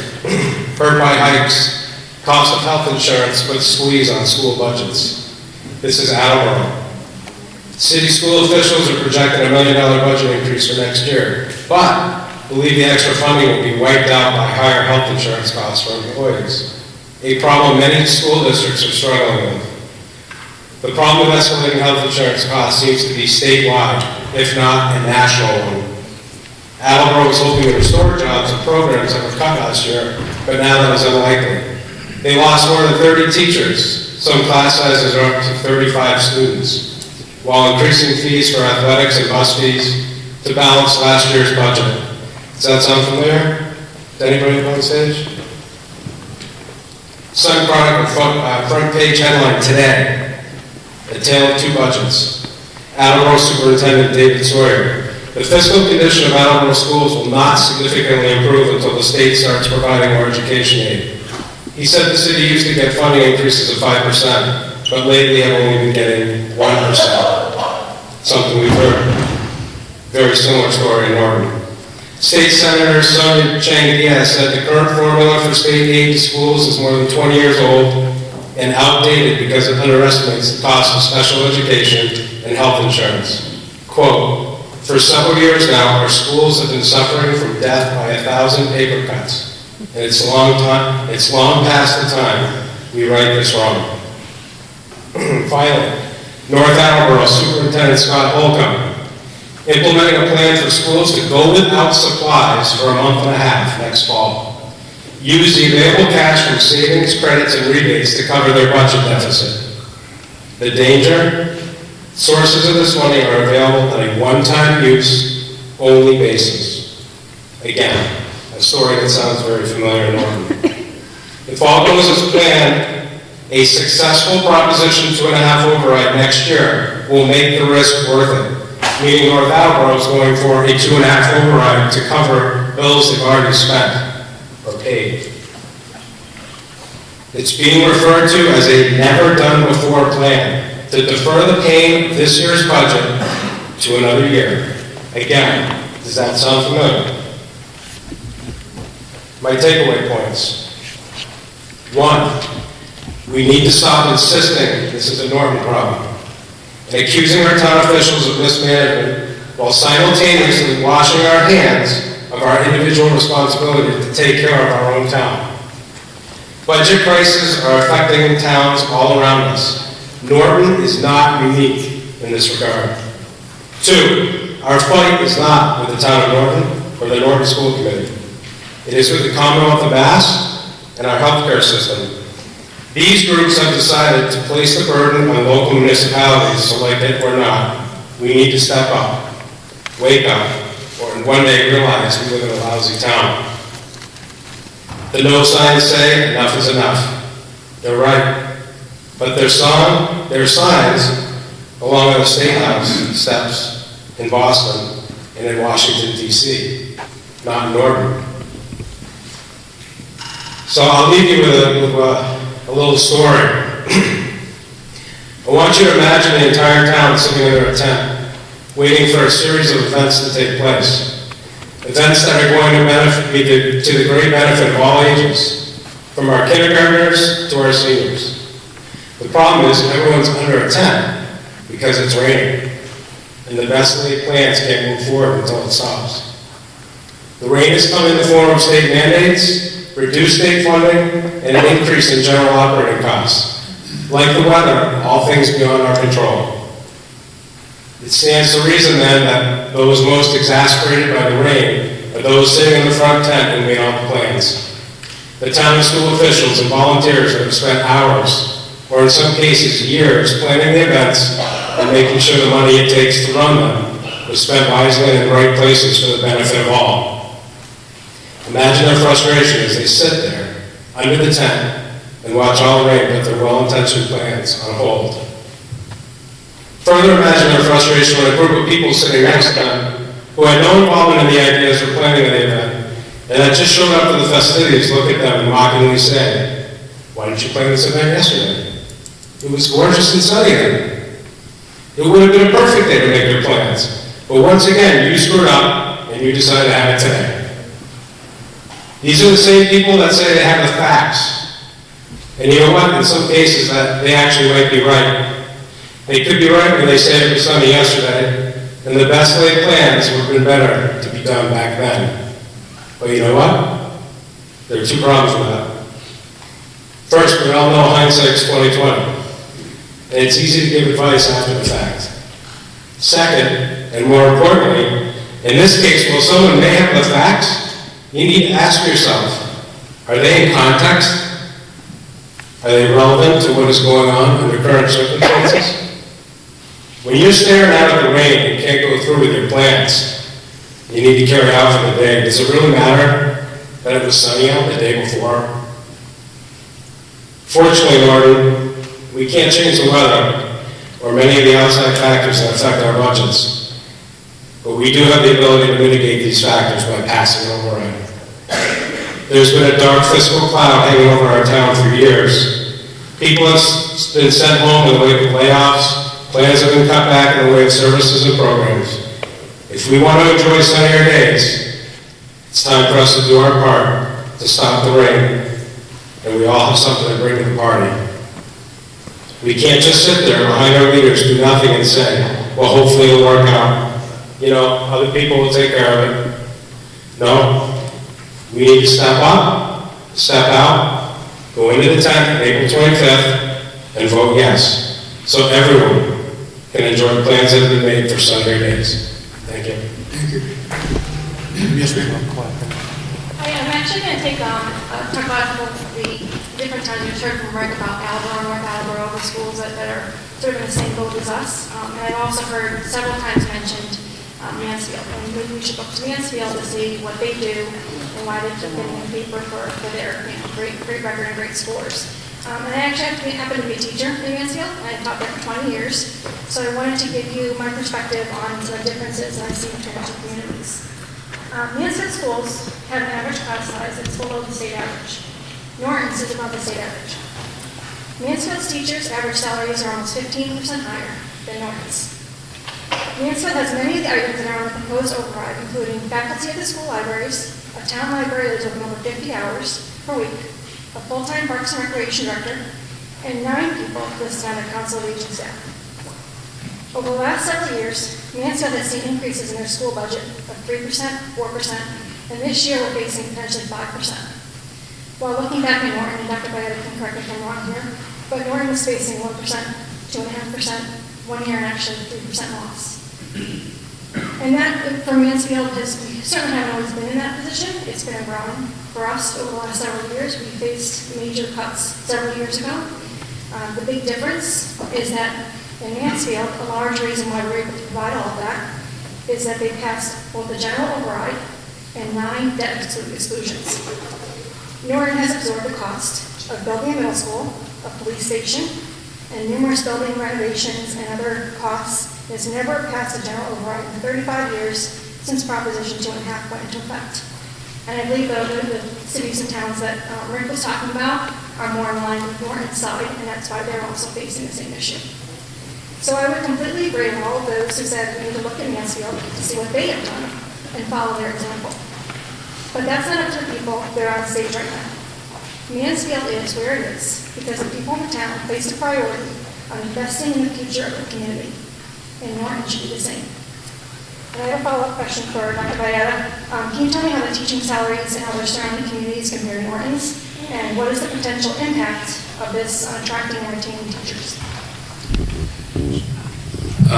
So in general, from last year, 2016 numbers, when you look at the Mansfield, the Foxborough, Easton, Attleboro, North Attleboro, communities that are physically located next to you, competitive districts that are part of the DSAC information from DESE that were considered compared to 10 different areas were dead last in salary.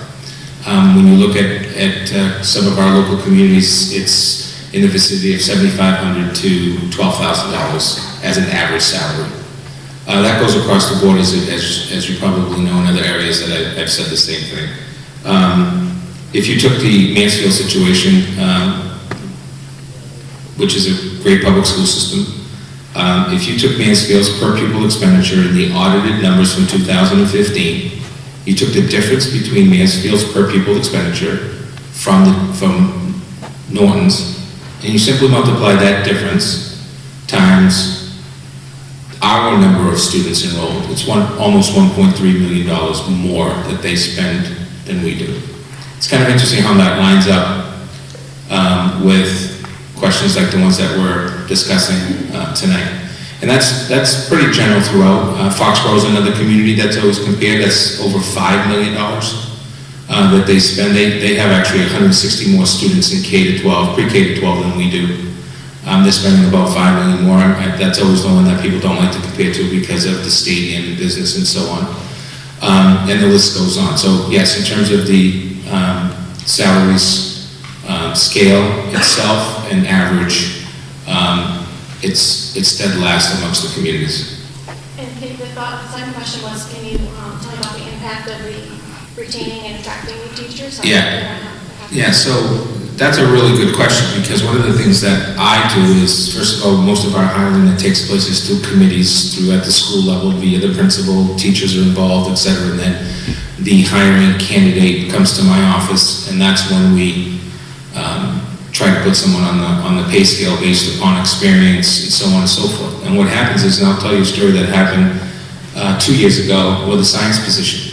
It came down to us and another school district, and we were at offering the same step for a non-experienced teacher who both school systems had to go more than step one in a science area, which we all know is very difficult to hire at the secondary level.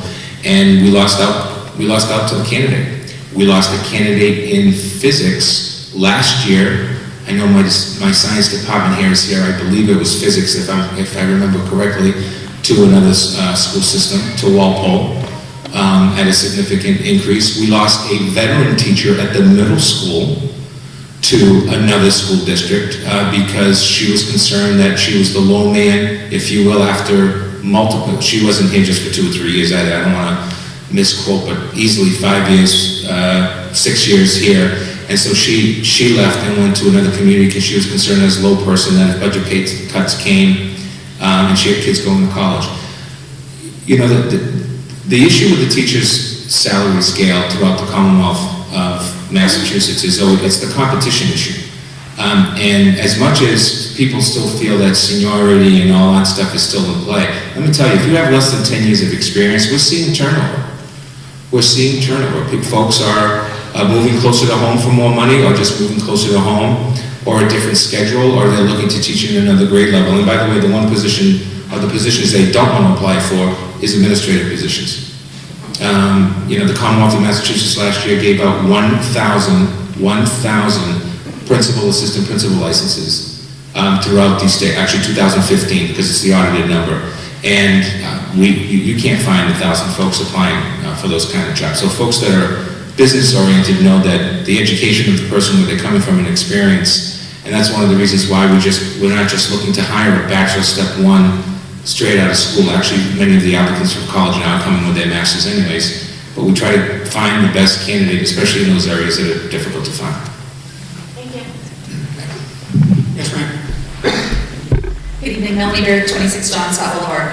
I have a question for clarification, please. In the last meeting, there was a discussion of the library, and I'm wondering, I believe I saw Ms. Parker here, if she'd be willing to address how the increased hours for the library will affect its accreditation and the impact that will have on our community. Saw her somewhere, where is she? Parker?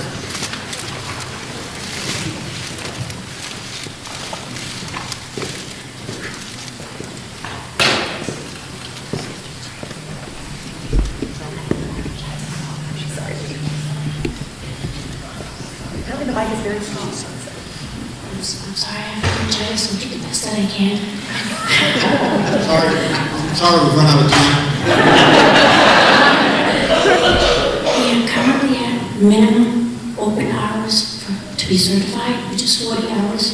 If we get the additional funds, we'll have 10 additional hours and be able to get full state aid and apply for all the grants and all the things that we can get. If we do not get the offer, you can still borrow from other libraries. That's what someone said, that we are still certified in that sense, but only at the minimum level.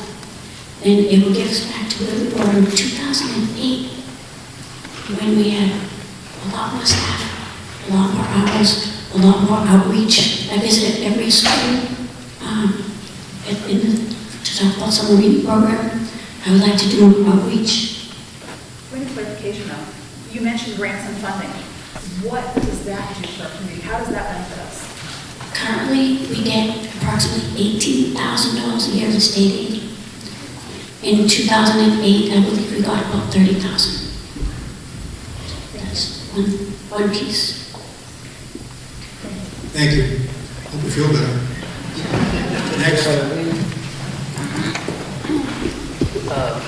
My name is Matthew Peterson. I'm a senior at Northern High. Luckily for me, I have not had a problem to afford sports, but many people have with the user fees that are coming. And I've had great success, and they have developed me into the man I am today because of Norton Sports. I was wondering how the pay-for-play plan that is in effect right now, how it will be affected into next year. Sure, so currently, the school committee vote of June of last year is a pay-to-play system, and that's what we're in. And if you remember, the history is that the town meeting in October provided $225,000 to the bottom number of the school committee, of which we announced and utilized $150,000 to athletics, $75,000 materials and supplies. That $150,000 kept the pay-to-play from taking place, while also moving to keeping the $250,000 but eliminating the cap. So right now, going forward into the FY18 budget next year, that's what's on the books, pending school committee changing, so on and so forth. What we proposed in the $1,080,000 portion of the school side override is to eliminate the pay to play, which could on average be anywhere from, a track team with 125 athletes is going to pay less because there's also less cost. But something like football for you, we're talking somewhere in the vicinity of $700 to $800 for one sport. Because a pay-to-play is different from a fee system. Fee is, we still use operational money, we collect a fee from you to offset that total cost. Pay-to-play means the total cost of the sport belongs to the number of players participating, and we exclude, have in the past excluded free or reduced lunch, which means folks are paying even more. So that's what's on the books right now. If the override were successful, we are still maintaining a fee for athletics, but bringing that fee to $125 per student, per athlete, per sport, no cap. And then the recommendation I gave to the school committee was to increase that fee yearly based upon the line item cost for athletics. So that's what's on the books, A and B as a proposal. Thank you. By the way, I'd like to thank the young folks for joining us tonight. This is, to me, it's a great sign. You're our future leaders in this community, and I'm really proud of the fact that you're getting involved in this forum and having some questions, some great questions, and we do appreciate that. Yes, ma'am. Hi, my name is Robin Monty, 137 Taunton Ave. I'm very nervous to be up here, so hopefully my voice will last. So I sort of have a comment for maybe the undecided people and also for the no voters. Because the budget being proposed to me looks like a plan to address needs in our town. So what I would ask to our no voters, and maybe those of you who are on the fence who don't know which way you want to go, ask them, what is your plan?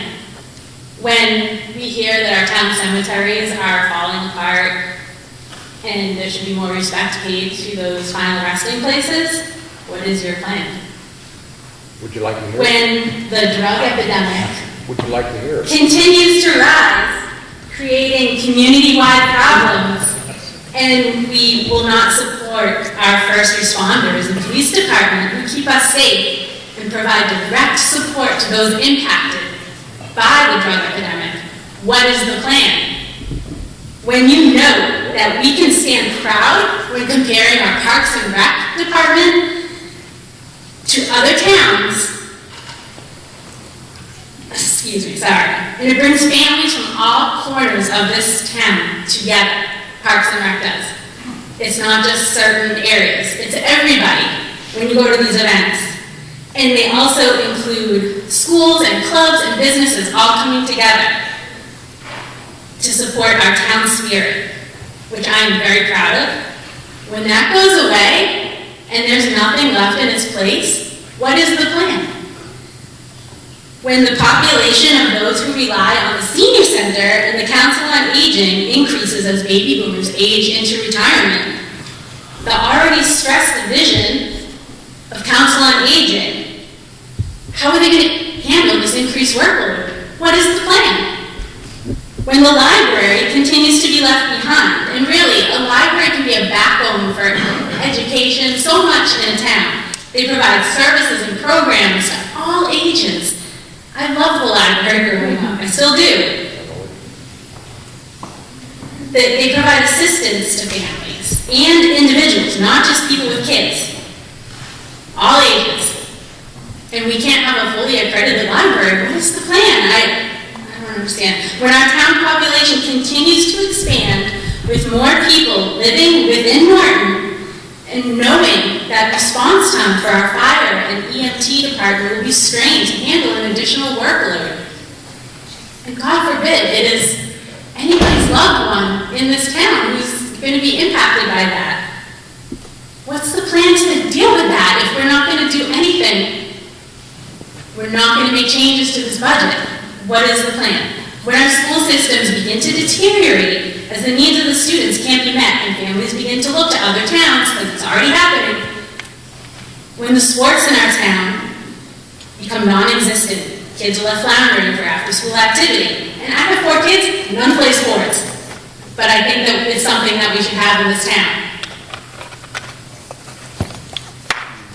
Without those after-school programs, kids are not getting those teamwork skills, those life skills that they learn from coaches who inspire them. When that's not there, what's the plan? When we can't keep up with the increasing needs of educating young minds in this crazy, fast-paced world, and it should start at kindergarten and go all the way through, the schools are mandated to provide certain things, so they have to fund that. And then they're leaning on families to take up the slack. That is not a prudent way to run your education system. So, if you're on the fence and you come across somebody who's trying to convince you to vote no, just ask them, what is the plan? More than likely, they will say live within your means. What does that mean? Proposition 2.5 is put in place to give the people, the ability to provide for one another when it made sense, and the time is now to provide those means so that Norton can fully meet the needs of all of its residents, all of us. We need to give the town the means to get to the starting line instead of holding it back from even getting up to that starting line and starting the race to go to the future. So that's all I have, although I do have one thing I wanted to ask the chiefs. Okay, please hurry. I'm done. I made a promise that I'm gonna hold it for 3 minutes, and we're gonna have everyone out here by 9 o'clock. I'm sorry. Oh, yeah, that's fine. I want to ask a question. Fast question. It was just about the drugs and increasing the drug epidemic. I think it was stated at the last meeting that was going up in town. Something about so many overdoses, and I was shocked, absolutely shocked. So I don't know if you wanted to just reiterate that, because I was shocked by that information. Thank you. Chief, Sorry Chief for so Clark. long. So I said last week, since 2015, we started increasing opioid-related overdoses, specifically heroin and now fentanyl. Last year we had 28 overdoses. We had several fatalities. I don't know the number off the top of my head. I didn't write it down. That's up from the prior 2 years. We've had 5 this year. We expect it to continue to rise for the foreseeable future. We do have a coalition that we established last year. It's called Norton Opioid Prevention Education, where we meet monthly and discussing prevention programs, and we have a wide range of people who are on that collaborative, including the superintendent, the fire chief, the member of the board of selectmen, town departments, Representative Barrows and Howitt, and Congressman Kennedy's office, and I'm probably going to forget somebody along the way, but there's about 30 people, so we're working towards that, prevention techniques. But we expect the heroin and the fentanyl to increase in the next couple of years. Thank you, Chief. Next. Hi, my name is Christy Brennan. I'm a senior at Norton High School, and I just wanted to comment on what a failed override would do to the college application process, because that's something that I went through this year. So, as you may or may not know, colleges are very expensive, and they're very competitive too. So, they're looking for students that are well-rounded, not just one area. They're looking at clubs, sports, academics, everything, you name it, jobs, community service. So, being a well-rounded student also allows you for scholarship opportunities, which is more money off of your tuition. So with the failed override, If students cannot participate in those sports and those clubs, they can't build their resume to the highest potential that it can be. So then as an effect of that, they're going to receive less money, have to take that money out in loans, or their parents are going to have to pay more. So at the end of it all, it's just more money.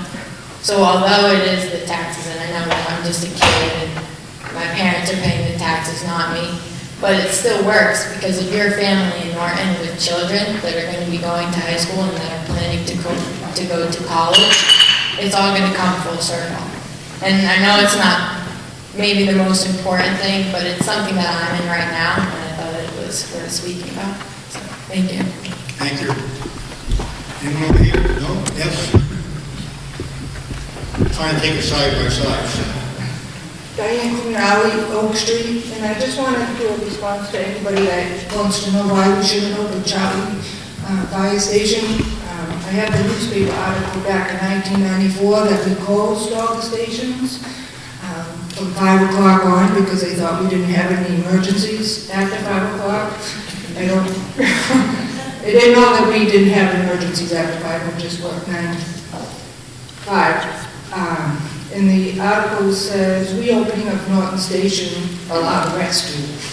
That rescue was my daughter, and it happened after 5 o'clock one night, and I didn't know if the fire station was going to be open, but thank God it was, and I can't thank enough for the police department and the fire department that they answered the phone call and they walked me through to how to save my daughter.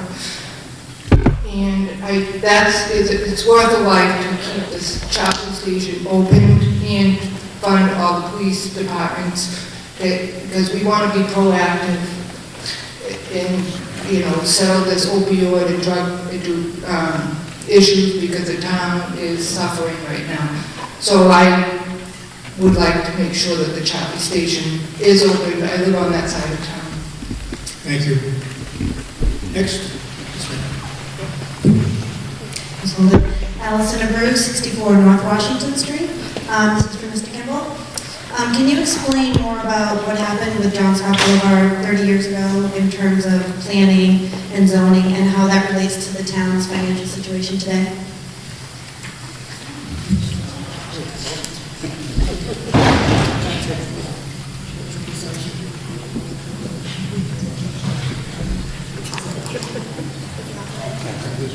Talking about the rezoning of John Scott Boulevard.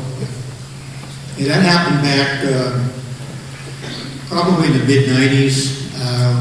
There was a number of proposals for that piece of land out there, and you look at the size of the road, it was designed for industrial commercial development.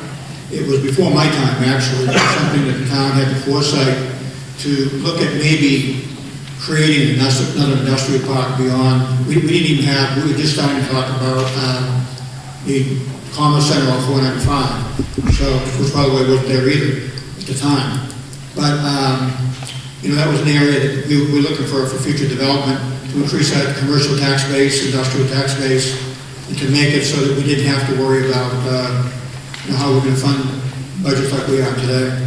So what happens in this particular case is because we rezoned it, and we did it in segments, we didn't do it all at the same time, but allowed housing to be installed in that area, built in that area, and actually had an impact on how the town was going to grow in future years.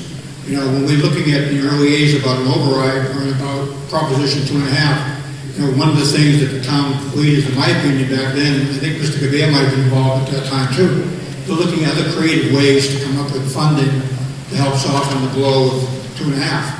And over the years, we changed the entire area, rezoned it, and today we have housing rather than commercial or industrial opportunities.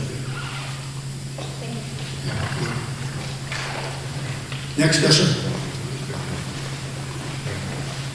Hi, Tim Long from 7 Village Way. I was hopeful someone could explain to me that how will an additional full-time highway or cemetery employee help that department? What's the benefit we'll see from that department? Well, I'm going to try to answer that one myself because I'm the one that gets the phone calls constantly from people complaining about the condition of our cemeteries. And if you look back any number of years in the past 5, you'll notice a couple of things. They're in disrepair, they're barren. When they actually do get a chance to mow them, they're pretty much kicking up dust. There's really we're not doing a good job of perpetual care, we're not doing a good job on maintaining them because we don't have the manpower to do it. I remember years ago, when I first became a selectman, we used to hire a number of part-time summer kids, residents that would help us. We're not doing that anymore. We do some of it, but we don't do it the way we used to. So we still have limited staff that can maintain and handle it. The bigger part of it is we just acquired and built a new cemetery over on Newcomb Street. I keep Newcomb and Newman, I get confused on Newcomb Street, which fortunately is not occupied yet, but it will be eventually. Hopefully I'm not the first. But I think in the future we have to start looking at how we're going to develop that and how we're going to take care of that too. So it's been a number of years since we put anybody on in the highway department, and it's no brainer really. We're going to continue to maintain what we have and add to it. We have to add more personnel. Thank you. You're welcome. Yes, sir. Yes, Okay, one second. We'll let this now go, and I'll let you have Peter, you'll be next. Thank you. Good evening. My name is David Keeney. I live at 25 Fletcher Way here in town. And I just have a couple of quick things I'd like to share, and then one question for Mr. Kimball. So I feel like I'm a data point for a lot of the conversation that's been happening here. We moved into town 4 years ago at the time, had twin 3-year-olds. And one of the reasons we moved here was for the schools. And then we were a little surprised when we found out it was going to cost us $6,000 to send our kids to kindergarten here in town. So we actually looked at other options because paying that money out of pocket was going to be challenging at a minimum for us. And we came across the Foxborough Regional Charter School. So Dr. Baid, I apologize, I have 2 of the 100 and some odd books that are over there. But the good news is they're coming back. So they're coming back next year. Going to go to school here in town. We're excited about that. But between the financial commitment to send your kids to kindergarten, and also the conversations that we had about so many kids go to half-day kindergarten that a lot of first grade is a repeat for the kids that went to full-day kindergarten. So we looked at that and we felt like we needed to look for another option for ourselves.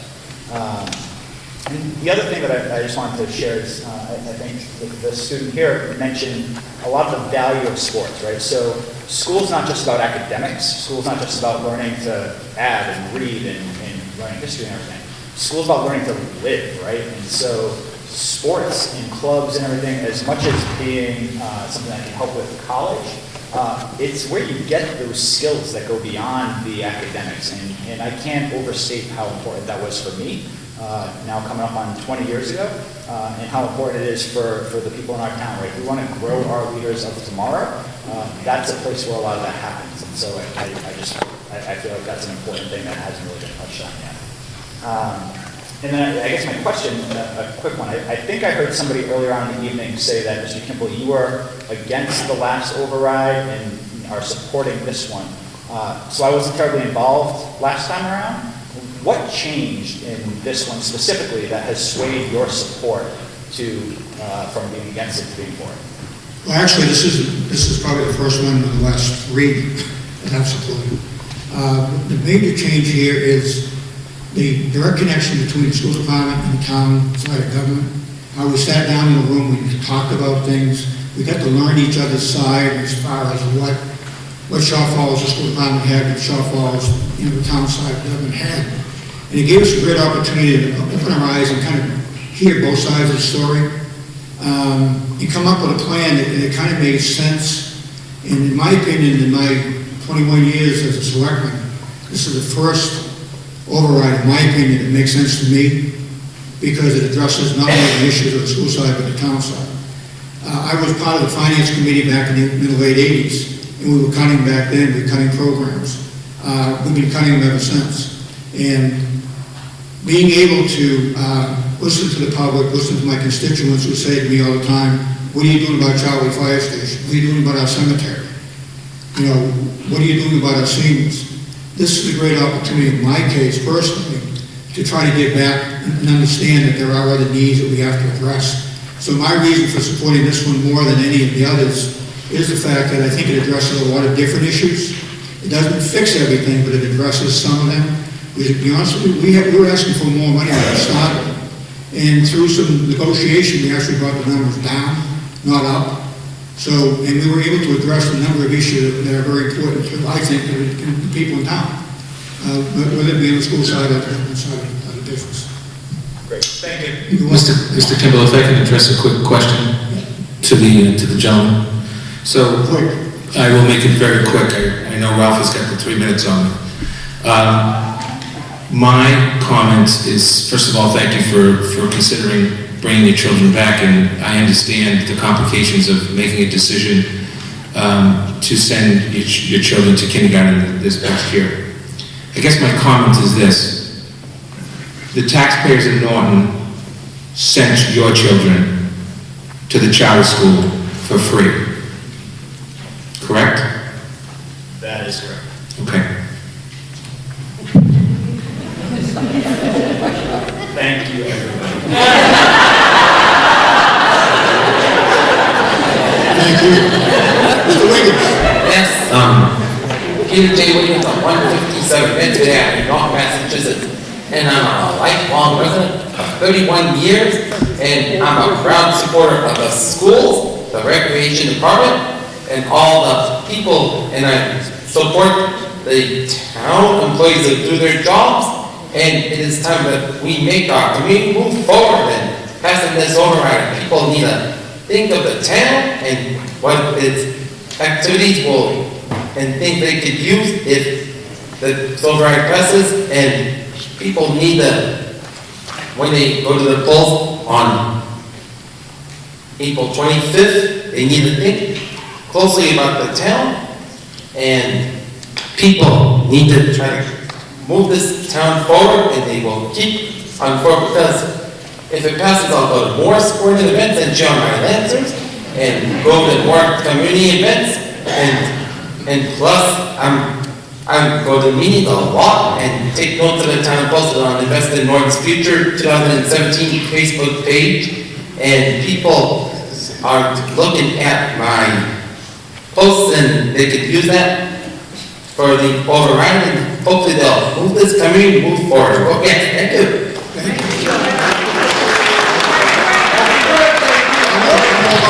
I'm going to allow applause one time to wish Peter a happy 31st birthday.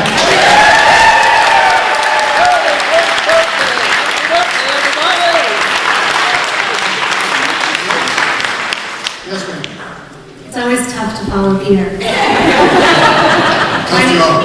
My name is Jen Hoffman. I've lived in Norton for about 9 years now. I have two questions, but first I have a comment. So earlier someone had mentioned that in order for us to get what we need for the kids in the community, that we should fundraise more. I'm on the board for Parks and Rec. I've been on the board for a number of years. I'm also on the board for Norton Youth Football and Cheer, the Norton Black Knights. And we fundraise as much as possible. And we tap the same organizations over and over, and the same businesses. What I would also say is we have parents in this room that fundraise tirelessly for our community and for our schools. So I don't think there's any shortage of fundraising. I think we're doing it, and we're doing it as much as we can, and I think that at some point, the well will dry. And we're asking communities and businesses to give more and more, and at some point that will end. So that was my one comment on fundraising.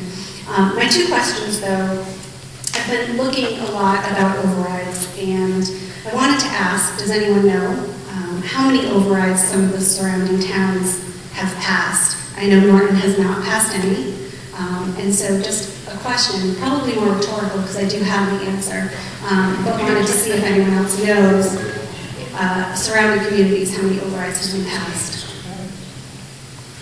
Maybe from I'm not sure I have the answer. I can tell you that there are two communities in the area. I think it's Foxborough in Norton that have not passed overrides. And if you, in comparison, we talked about John Scott a little about earlier, you look at what Foxborough has to offer, stadiums, industrial, commercial, they can afford to not have to have an override. But most of the towns in the area, I believe, have some sort of override. I'm not sure how about the cities, but I know the towns, for the most part, have done that. There's only a number of communities in Commonwealth that have never had a general override. Foxborough and Norton are two. Great. So let me just share. Easton has passed 2, Mansfield 1. You already knew the answer? I did. I said it. Norfolk 11, Plainville 2, Seacon 1, Rentham 1. So just again, to put it in perspective, if we really haven't done this before, we're really at a time where it's critical. My second question is about the Chartley Station. So if the override passes, very quick question, when will the Chartley Station open? It will, Chief Schneider? Swiper? Remember your name? Thank you, Chief Kimball. They usually call me mayor, but I'm chief tonight. So it will take time through the civil service process to hire some additional firefighters to give you the staff we're going to need. We did lose 3 experienced firefighters this year to retirement, and that's about 100 years worth of talent out the door. So it does take time. We are working on trying to replace them, to try to keep them in the pipeline as well, but it will take a little bit of time. So I'm probably looking at sometime later on in the year next year for passes. Thank you, and happy birthday, Peter. Thank you. Thank you, Ted. Chief Swiper was so quiet, I forgot her name in here tonight. Yes, sir. Sorry. My name is Chris Anderson. I live at 9 Stonyfield Road. I've been here in town almost 8 years now. So love the town. I think we're doing great things. I think obviously this is a great thing, if it passes. So, a lot of attention is paid on the benefits this will provide to the schools and to parents with young children, and certainly that's the case. But I think I just want to shine the light a little bit more, and it's been done a bit tonight, but this is paying for kind of neglect in past years too, right? It was just mentioned that Norton has not passed an override, these other towns have passed overrides. I think we have to recognize that it's not just about investing in the future, which certainly is a piece of it, but kind of catching us up. And I know I missed the last meeting, but the last year's override, there was certainly a big focus paid on, or attention paid on catching us up, right? We haven't had an override. We are behind where we should be. All of these basic services that we should be providing, we're not able to provide. So real quick, I'm kind of a numbers guy, so I dug up this report, and it's a great report. I suggest everyone go out there and read it, but in 2010, the Center on Budget and Policy Priorities issued a report on the Massachusetts Proposition 2.5, and basically said it's junk, right? If I summarize the report, it says any other state looking at adopting this, don't do it. And here's all the reasons why. And the biggest one, and everybody's kind of mentioned this, is that it'll reduce basic services. It'll deteriorate quality of life, and I think we're saying now here, hopefully we are all recognizing that and bringing us up to where we should be. And so along those same veins of kind of catching us up and paying for some of the neglect of the past, certainly there are things that budgetary expenses from 10, 15, 20 years ago that ate into or caused the neglect that we're now catching up. So some of the numbers in here, just like I said, kind of a numbers guy, but in Massachusetts in general, so not just in Norton, but in Massachusetts, the numbers for healthcare costs, that's one of the big things that eats up the budget. From 2001 to 2006, those costs grew 13% a year. Right? We all know we're only allowed to increase our tax basis, our tax revenue, 2.5%. So that means that 13.5% increase in healthcare costs ate up 80% of that 2.5% increase. So that means you're left with 20% of 2.5%, which is a really small number. And so we're, obviously we're here to try to do the right thing, kind of right those wrongs in the past. We want to be competitive with these other towns, and I think it's obvious too. But this is cash. That's all going to hit us in the pocketbook very soon if we pass the override. But certainly there's longer term benefits here. I would expect that the town will become more attractive, the schools will become more attractive, right? And that helps everyone in the town. That drives property values up, right? And the parents that want to send their kids into good schools or shopping around, and they will look at Norton as a community with good schools. So I guess I will stop it there and just ask my one question. So, as we talked about, this is not just a one-year problem. We're kind of catching ourselves up from past problems. Going forward, kind of what's the plan? What's the longer-term plan? How to make sure that if we do pass this override, that we are providing kind of those basic services and things are staying. We're keeping Norton to be a great town. Yeah, one of the things we looked at on the ad hoc was whether or not this would sustain us for at least 5 years, and we agree that that's going to happen. That doesn't mean that the world comes to an end or some tragic thing happens that we don't have to ask for something. But it was our intent to look at this as a 5-year program. With my past history of not supporting overrides, I would tell you that it would be hard push for me to look at another one for the next few years as long as I'm sitting on the board of selectmen. So. Can't talk for the rest of them, but I would say that we put a lot of time and effort into this to make sure this thing was going to work. And we know that we're asking a lot for an override. We get it. And we have, personally, I have no intention of coming back for a number of years to even consider another opportunity like this. My plan as a city selectman is to figure out the commercial, industrial side of this and how we can make more money. Holton Farm is a perfect example of that. That's why I'm pushing it. I understand how important that is to the community. And we'll continue to find creative ways to fund our budget, come up with ways to do things, but, we're running out of options too. I mean, everybody's got the handout, and there's only so many efforts they can put a few bucks into, so we're always looking for creative ways to do it. We put a new solar farm down on the landfill on Hill Street. That's generating, a couple $1 million in the next few years. And that's our solution, trying to pad some of the issues that we're having here and trying to come up with a more creative way to do it. But hopefully that answers your question. Yeah, thank you. Thank you. Yes, ma'am.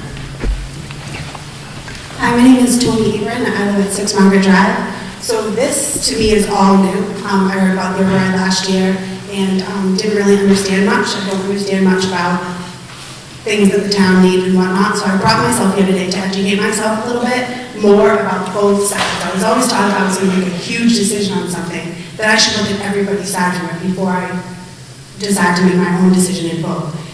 So I'm going to take apart the side of the school because to me it seems like this override is not necessarily just about bettering our schools, but bettering our town, right? Schools are only about 50% of what's needed here. We're voting to help our town. So I'm going to take aside the fact that I have 2 daughters in the school system because at some point if I need to make a decision to send them somewhere else or to pay for schooling or to pay for their sports, then that's what I'm going to do for their education. So I'm going to take that aside because I have the ability to do that.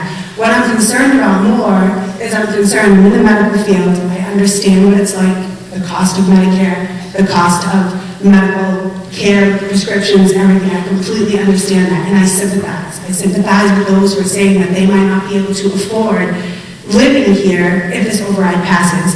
However, I'm concerned in the sense that, no, would we ever want anybody to have to be forced out of here because they couldn't afford this town? I would say absolutely not. That's not what this is about.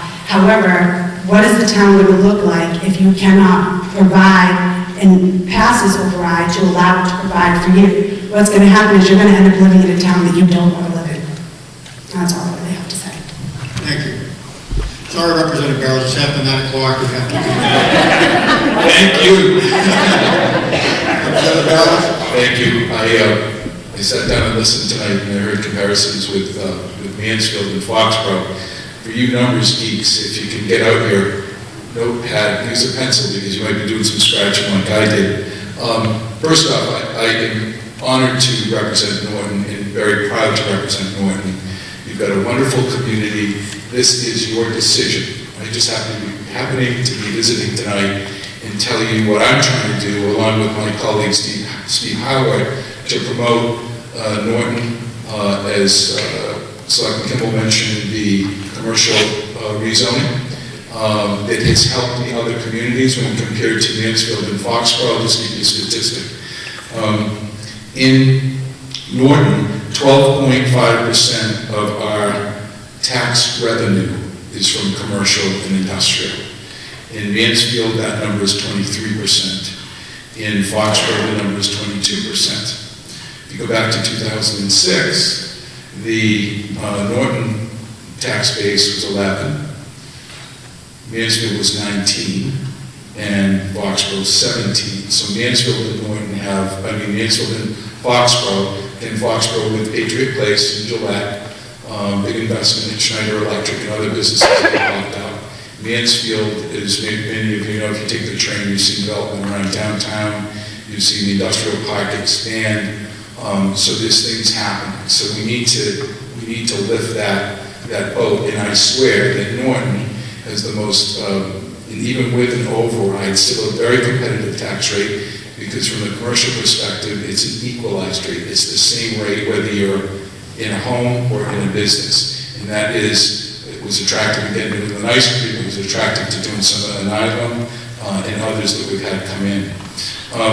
An example, last year in Mansfield, we had almost $1.2 million of growth. So that was new growth that we were able to get revenue on.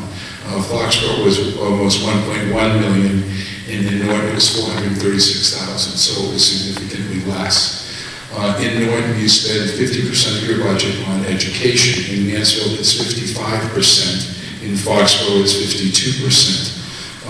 Norton has seen a 10% increase in education since 2008. Mansfield, as someone had referred to earlier, a teacher from my town, we've increased education by 25% and Foxborough by 28%. Where is it? 24.84% of your tax revenue comes from the state. That's a 2015, 2016 number, $12,621,000, 24.84%. The net to Mansfield is 22.74, at $18,504,000, and Foxborough is just 14.81%, significantly less, at $8,690,000. Lastly, the average home values in Norton is $304,000. Your average tax bill is $4,749. In Mansfield, it's $692,000, and our tax bill in Mansfield is $6,053.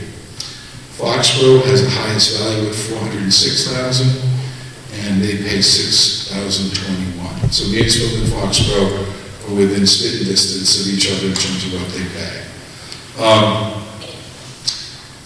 The Tri-Town Chamber has worked collectively with 3 communities again to promote economic development.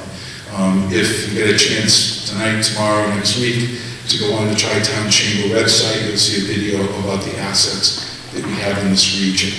We've done regional sewer. It now requires investment of each and every community to allow for continued commercial development. It's got to be done. Foxborough's facing the same sort of things. It requires investment. Businesses are looking for stability and certainty. And if they can see those, investment, stability, and certainty, they will come. And I am confident that with our location, our proximity to 495, 95, 24, the seacoast to Boston, we will grow our commercial base because businesses are looking at places where they can come, where they can raise their family, where they can see that their employees, children are going to get a good education, and that we take care of everybody in the community. So thank you to those that have lived in Norton for a gazillion years, and thank you to those that have moved here, and hopefully you'll stay for a gazillion years and help us make certain that we are the pride of Bristol County, which is tremendous the work that everybody here does. You've heard tonight with some of the limitations, and really, again, it's an honor to serve. Representative Howard is at a transportation meeting tonight, and hopefully he's done by now. Last thing, state aid. Just so that we all know, healthcare in Massachusetts, 2015, we spent $57 billion, with a B, all of us together, on health care. 44% of our $40 billion, $300 million budget, which the legislature will craft a budget, and in 3 days spend it. 44% of that goes to Mass Health. Mass Health is our Medicaid program that was established back in 2006. The eligibility changed and it widened. And now we have 28% of our population, 28% of the residents of the Commonwealth of Massachusetts on subsidized or free health care. And that's eating up 44% of the budget. Health and Human Services, DCF, and other homelessness and all that other stuff that we do is now 57% of the budget. This year we will deliver 3 years in a row, no tax increase. But I do apologize that the most we can give you is another 0.8% increase in your local aid. So there's talk in Boston about raising taxes, income tax raise. I wanted to ask this question. How many ordered something this week from Amazon? Anybody? Thanks, but you didn't pay sales tax. Yeah. So we've got a diminishing return on sales tax. Anybody drive a better car gas mileage than it did 10 years ago? We've got a diminishing return on money for roads and bridges. And we're getting eaten alive by health insurance. So if there's any wish I have to end tonight, to all of you, is please stay healthy and stay away from the doctor and hospital. Okay? That's all I got. Rob, if you could send that information to Mike Eunice, and just whenever you got scratched down here, it'd be very helpful to us to see that information. I appreciate that. It's all online. No, it's okay, you already done the homework, I figured I'd ask you for. Here. Yes, my name is Tracy Weiss. I live at 56 Crane Street. I'm speaking to you as both a teacher in this town and a taxpayer, someone who has children in the schools, someone who has taken her parents into her own home to help them in their years. Please know that I really do care for the elderly in your situation, and I hope that we can find ways to make things better. But the one thing I know is that this town is suffering, and I've heard it since I moved here in 2008. The library had lost its accreditation the year I moved here, and we couldn't get the books we wanted and stuff from other libraries because we couldn't borrow them. I've had a sister who moved into town last year, and then the news about the override came. And she's like, what? I thought this was a great town. What is this? We don't have the money that we need? I'm going to have to pay for kindergarten? And yes, she's one of the ones considering looking at the charter school because of that. I've benefited from the help of the fire department and the police department. I'm fortunate that I do live pretty close to the center of town where they are located. I would hope everybody can have that benefit. But then the police officers are my children heading towards the main road when they were little toddlers, and when my husband had collapsed, and I needed somebody there quickly, they were there, and when my neighbor's house was burning, and I just saw flames. I was so glad that they were there because I was fearful for my neighbors, for our own lives, that it was right there. And I know not everybody has the benefit of being that close to the fire station and the help that they can get. As a teacher, I can tell you that our needs are great. We've got a wonderful, wonderful school department here, and everybody really puts in 100%. You've got teachers like, we'll stockpile some paper inside for the day when at the end of the year, and the paper's not coming, and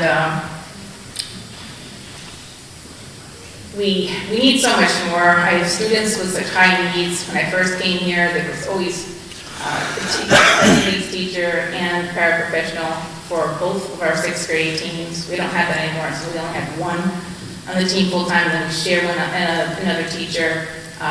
We have to put more kids with high needs in classrooms together. It's not balanced. It's not the same in all my classrooms. And we do our best. We do. And we work extra hours. We work with these kids after school. But we really do need more support. And this isn't even addressing those needs. So we just need to think about the big picture. Think about what's best for our town. You can hear the needs. I'm so thankful for people that brought up the numbers as a math teacher. I like hearing all the numbers. And they make sense. So just educate yourselves. As an educator, I said, educate yourselves. Please vote wisely and know that this is something to help the whole town. And we're all dependent on new families moving into this town because they want to be here. Without that new face moving in, I don't know what the future holds. So please think what's best for your town, educate yourselves, know that the need is great, that they put in hours, and we need to trust in our leadership, the people put in the time to number crunch and figure out what's best, what our highest needs are right now. We need to be proactive for people's sake. It's time to plan for the future and not wait till it's too late. Thank you. Thank you. We have one more. Kathleen Stern, Robson Place. I've lived in town for 22 years, so I've seen the library lose accreditation. I've seen the high school be on the watch list. I also needed immediate police help, drove to the police station to find that it was closed. So I hope that never happens to anybody else. To say what's happening with the schools is one thing. I think if anybody looks at the budget, you see that we're really just replacing things that have been cut throughout the year, except for full day K, which you've already heard we're losing kids to charter schools and other schools because we don't have full day K. It's really just a sign of the times. So that's all important. I consider myself a younger family. However, if you ask my children, they don't feel that way. So I will say that as a family in Norton, there are many who do care quite a bit about the seniors. I care about the seniors that I want them to be able to have the police help, the fire help, the library open for them to have activities there, because it's not just for the kids' Wednesday morning playtimes, it's for everybody. To think that it's not a senior versus a young family problem here. It's a problem that's been growing for years, and it has to be fixed. There's just no more cutting to be done. With 2 kids in college, we are considering selling our home soon, and I'm afraid that if the yes vote doesn't go through, my property values will. I'm not looking the other way, I'm looking the opposite way.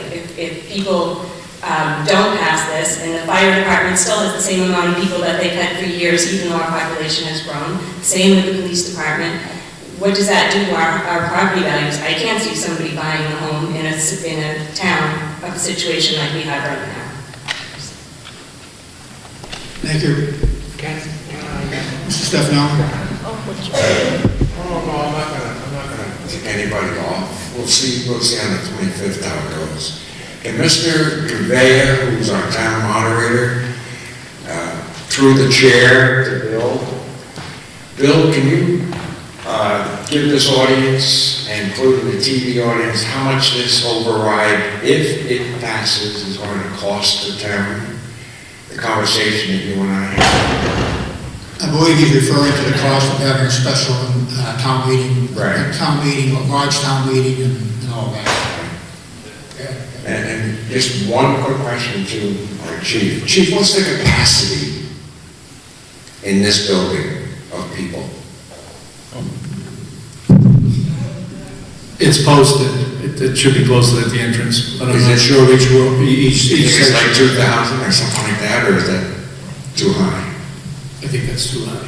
Good. Would you bring that up to the attention of the audience, Bill, that we expect 2,000 plus people in this building and the cost? That's what I'm really after. Letting people understand the cost of this override and this meeting. Mr. Gouveia, I will tell you that we've been having some conversations and planning on how we're going to handle this very large. If the override question passes at the ballot, we are required to hold an annual town meeting, and within that annual town meeting will be the discussion about how the money is going to be spent if the override does pass at the voters' votes first. Then the second phase is to go to town meeting to make that recommendation and to vote for it. All of us get the chance to vote for that. So, Mr. Gouveia, we've been talking amongst ourselves, and perhaps you'll give us some insight on what you're looking at. Yeah, let me just very briefly, because I know everybody wants to go home. Think of this as a two-part process. The election on April 25th, that's sort of like okaying an amount and putting that amount in your checking account. It's like saying, okay, we have the ability to spend an quote unquote extra $2 million, but it does not spend it. So if you vote on the 25th, if the vote were to be yes, that does not increase your budget by 1 penny. It just gives the ability to add that $2 million to the cap. So that puts the money in your account. Now if you want to spend it, town meeting has to write the check. Okay, so think of it that way. One way is making the funds available on the 25th, and then on May 8th, you would have to write the check. In talking amongst ourselves, and because we have to plan for a big town meeting, if there's yes, and we have to assume for our sake that it's going to be yes, just because we have to account for the worst case scenario, as I discussed with Mr. Stefanelli. So we have to be prepared. We were anticipating a crowd of anywhere from between 1,500 to 2,000 people. We have no way of knowing exactly, but in the past, when we've had big meetings like that, that's what happens. Holding a town meeting with 1,500 to 2,000 people, I've done it twice. It's not fun, it's not easy, and it is expensive. The tentative plan, and we won't know until we're still gathering a bunch of information, but the tentative plan is to have town meeting here. We would try to divide it into 3 rooms, this room, the gymnasium with a whole bunch of chairs, and the cafeteria. We would try to hold the meeting here, but again, we have to talk with the chiefs because there are capacity issues and fire laws and all those kind of things. And the other thing is, see, it comes down to me, as your totally unpaid volunteer moderator, I get to be blamed if everything goes wrong in a town meeting. So I'm very concerned about this whole thing. I cannot let a town meeting continue if one person, one registered voter who wants to vote or wants to be part of that is not allowed in. So if we plan and then one person can't get into the room, I'm adjourning the meeting. I'm stopping it right there because if one person can't participate, that's not good. So we have to have plans.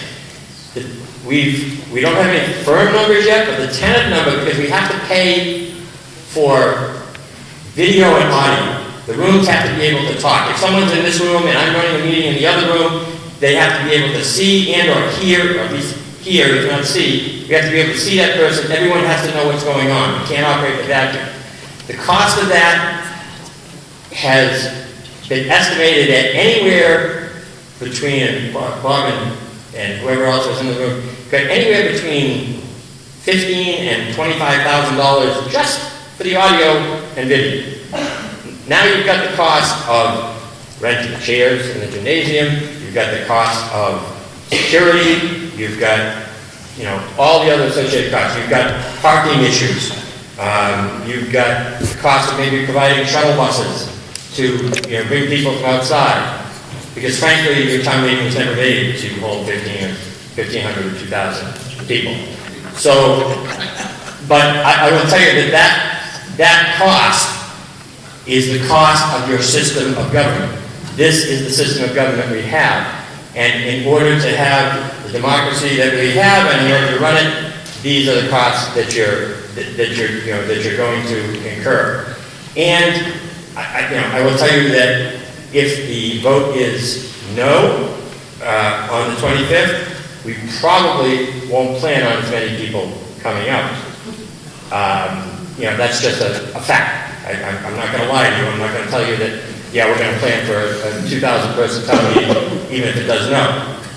But as a moderator, I will tell you that this is your system, this is what you pay for. Don't cheap out on democracy, okay? This is what you decided to do, and if you decide to do it, I don't know what the right cost is for the right to make your own decisions. You'll have to decide that. But Mr. Stefanelli is right. It is an expensive town meeting. But I think that when you have major issues that attract that many people, I'm not going to tell people they can't come out and vote, and I don't think anybody else should. So the problem is, fortunately, as I told them, I don't have to worry about the money. I just want the meeting. That's your problem. So Ralph, to answer your question a little more fully, this auditorium legally will hold about 400.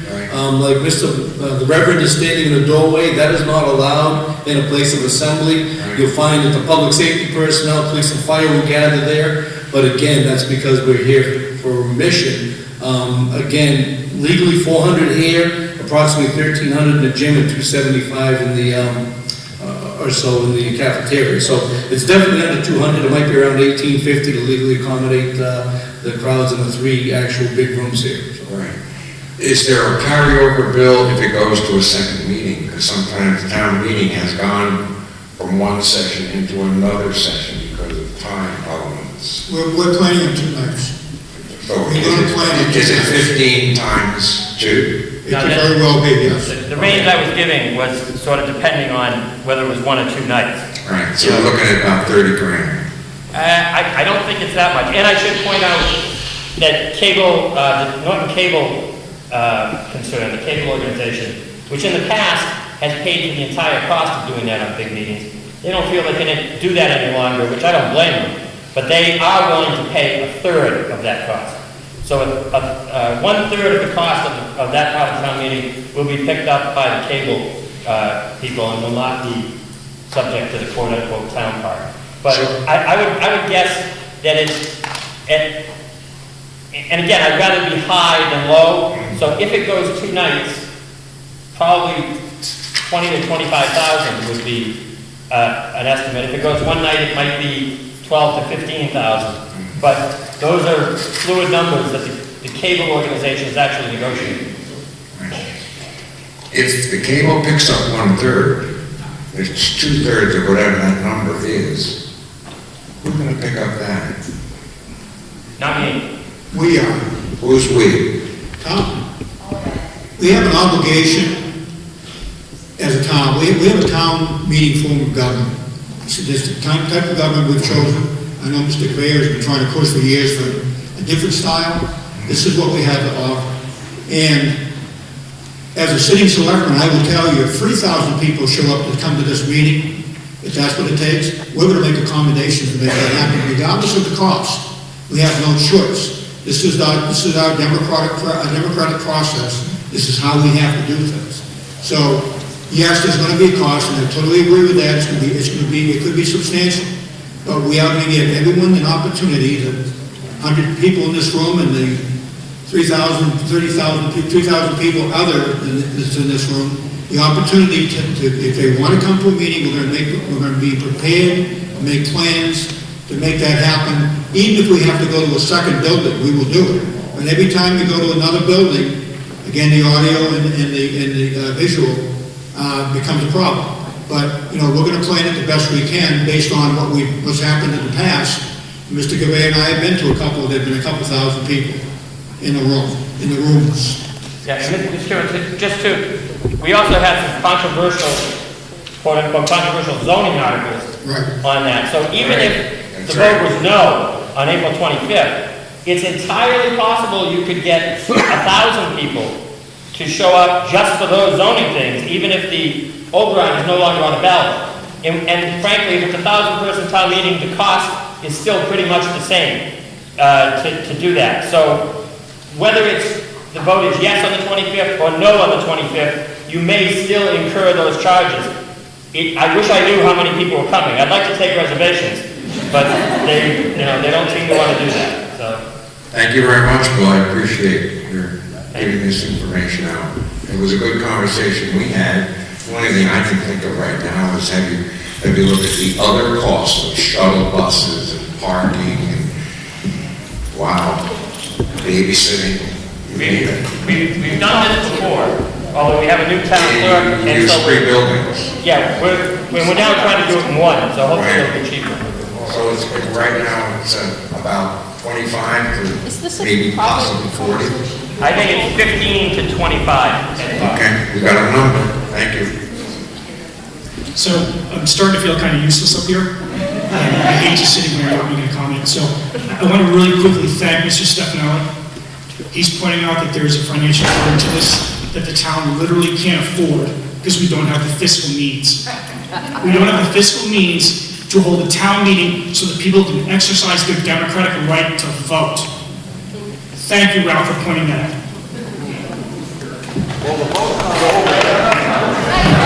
Okay, I'm going to do that over. Thank you all for coming. Yeah.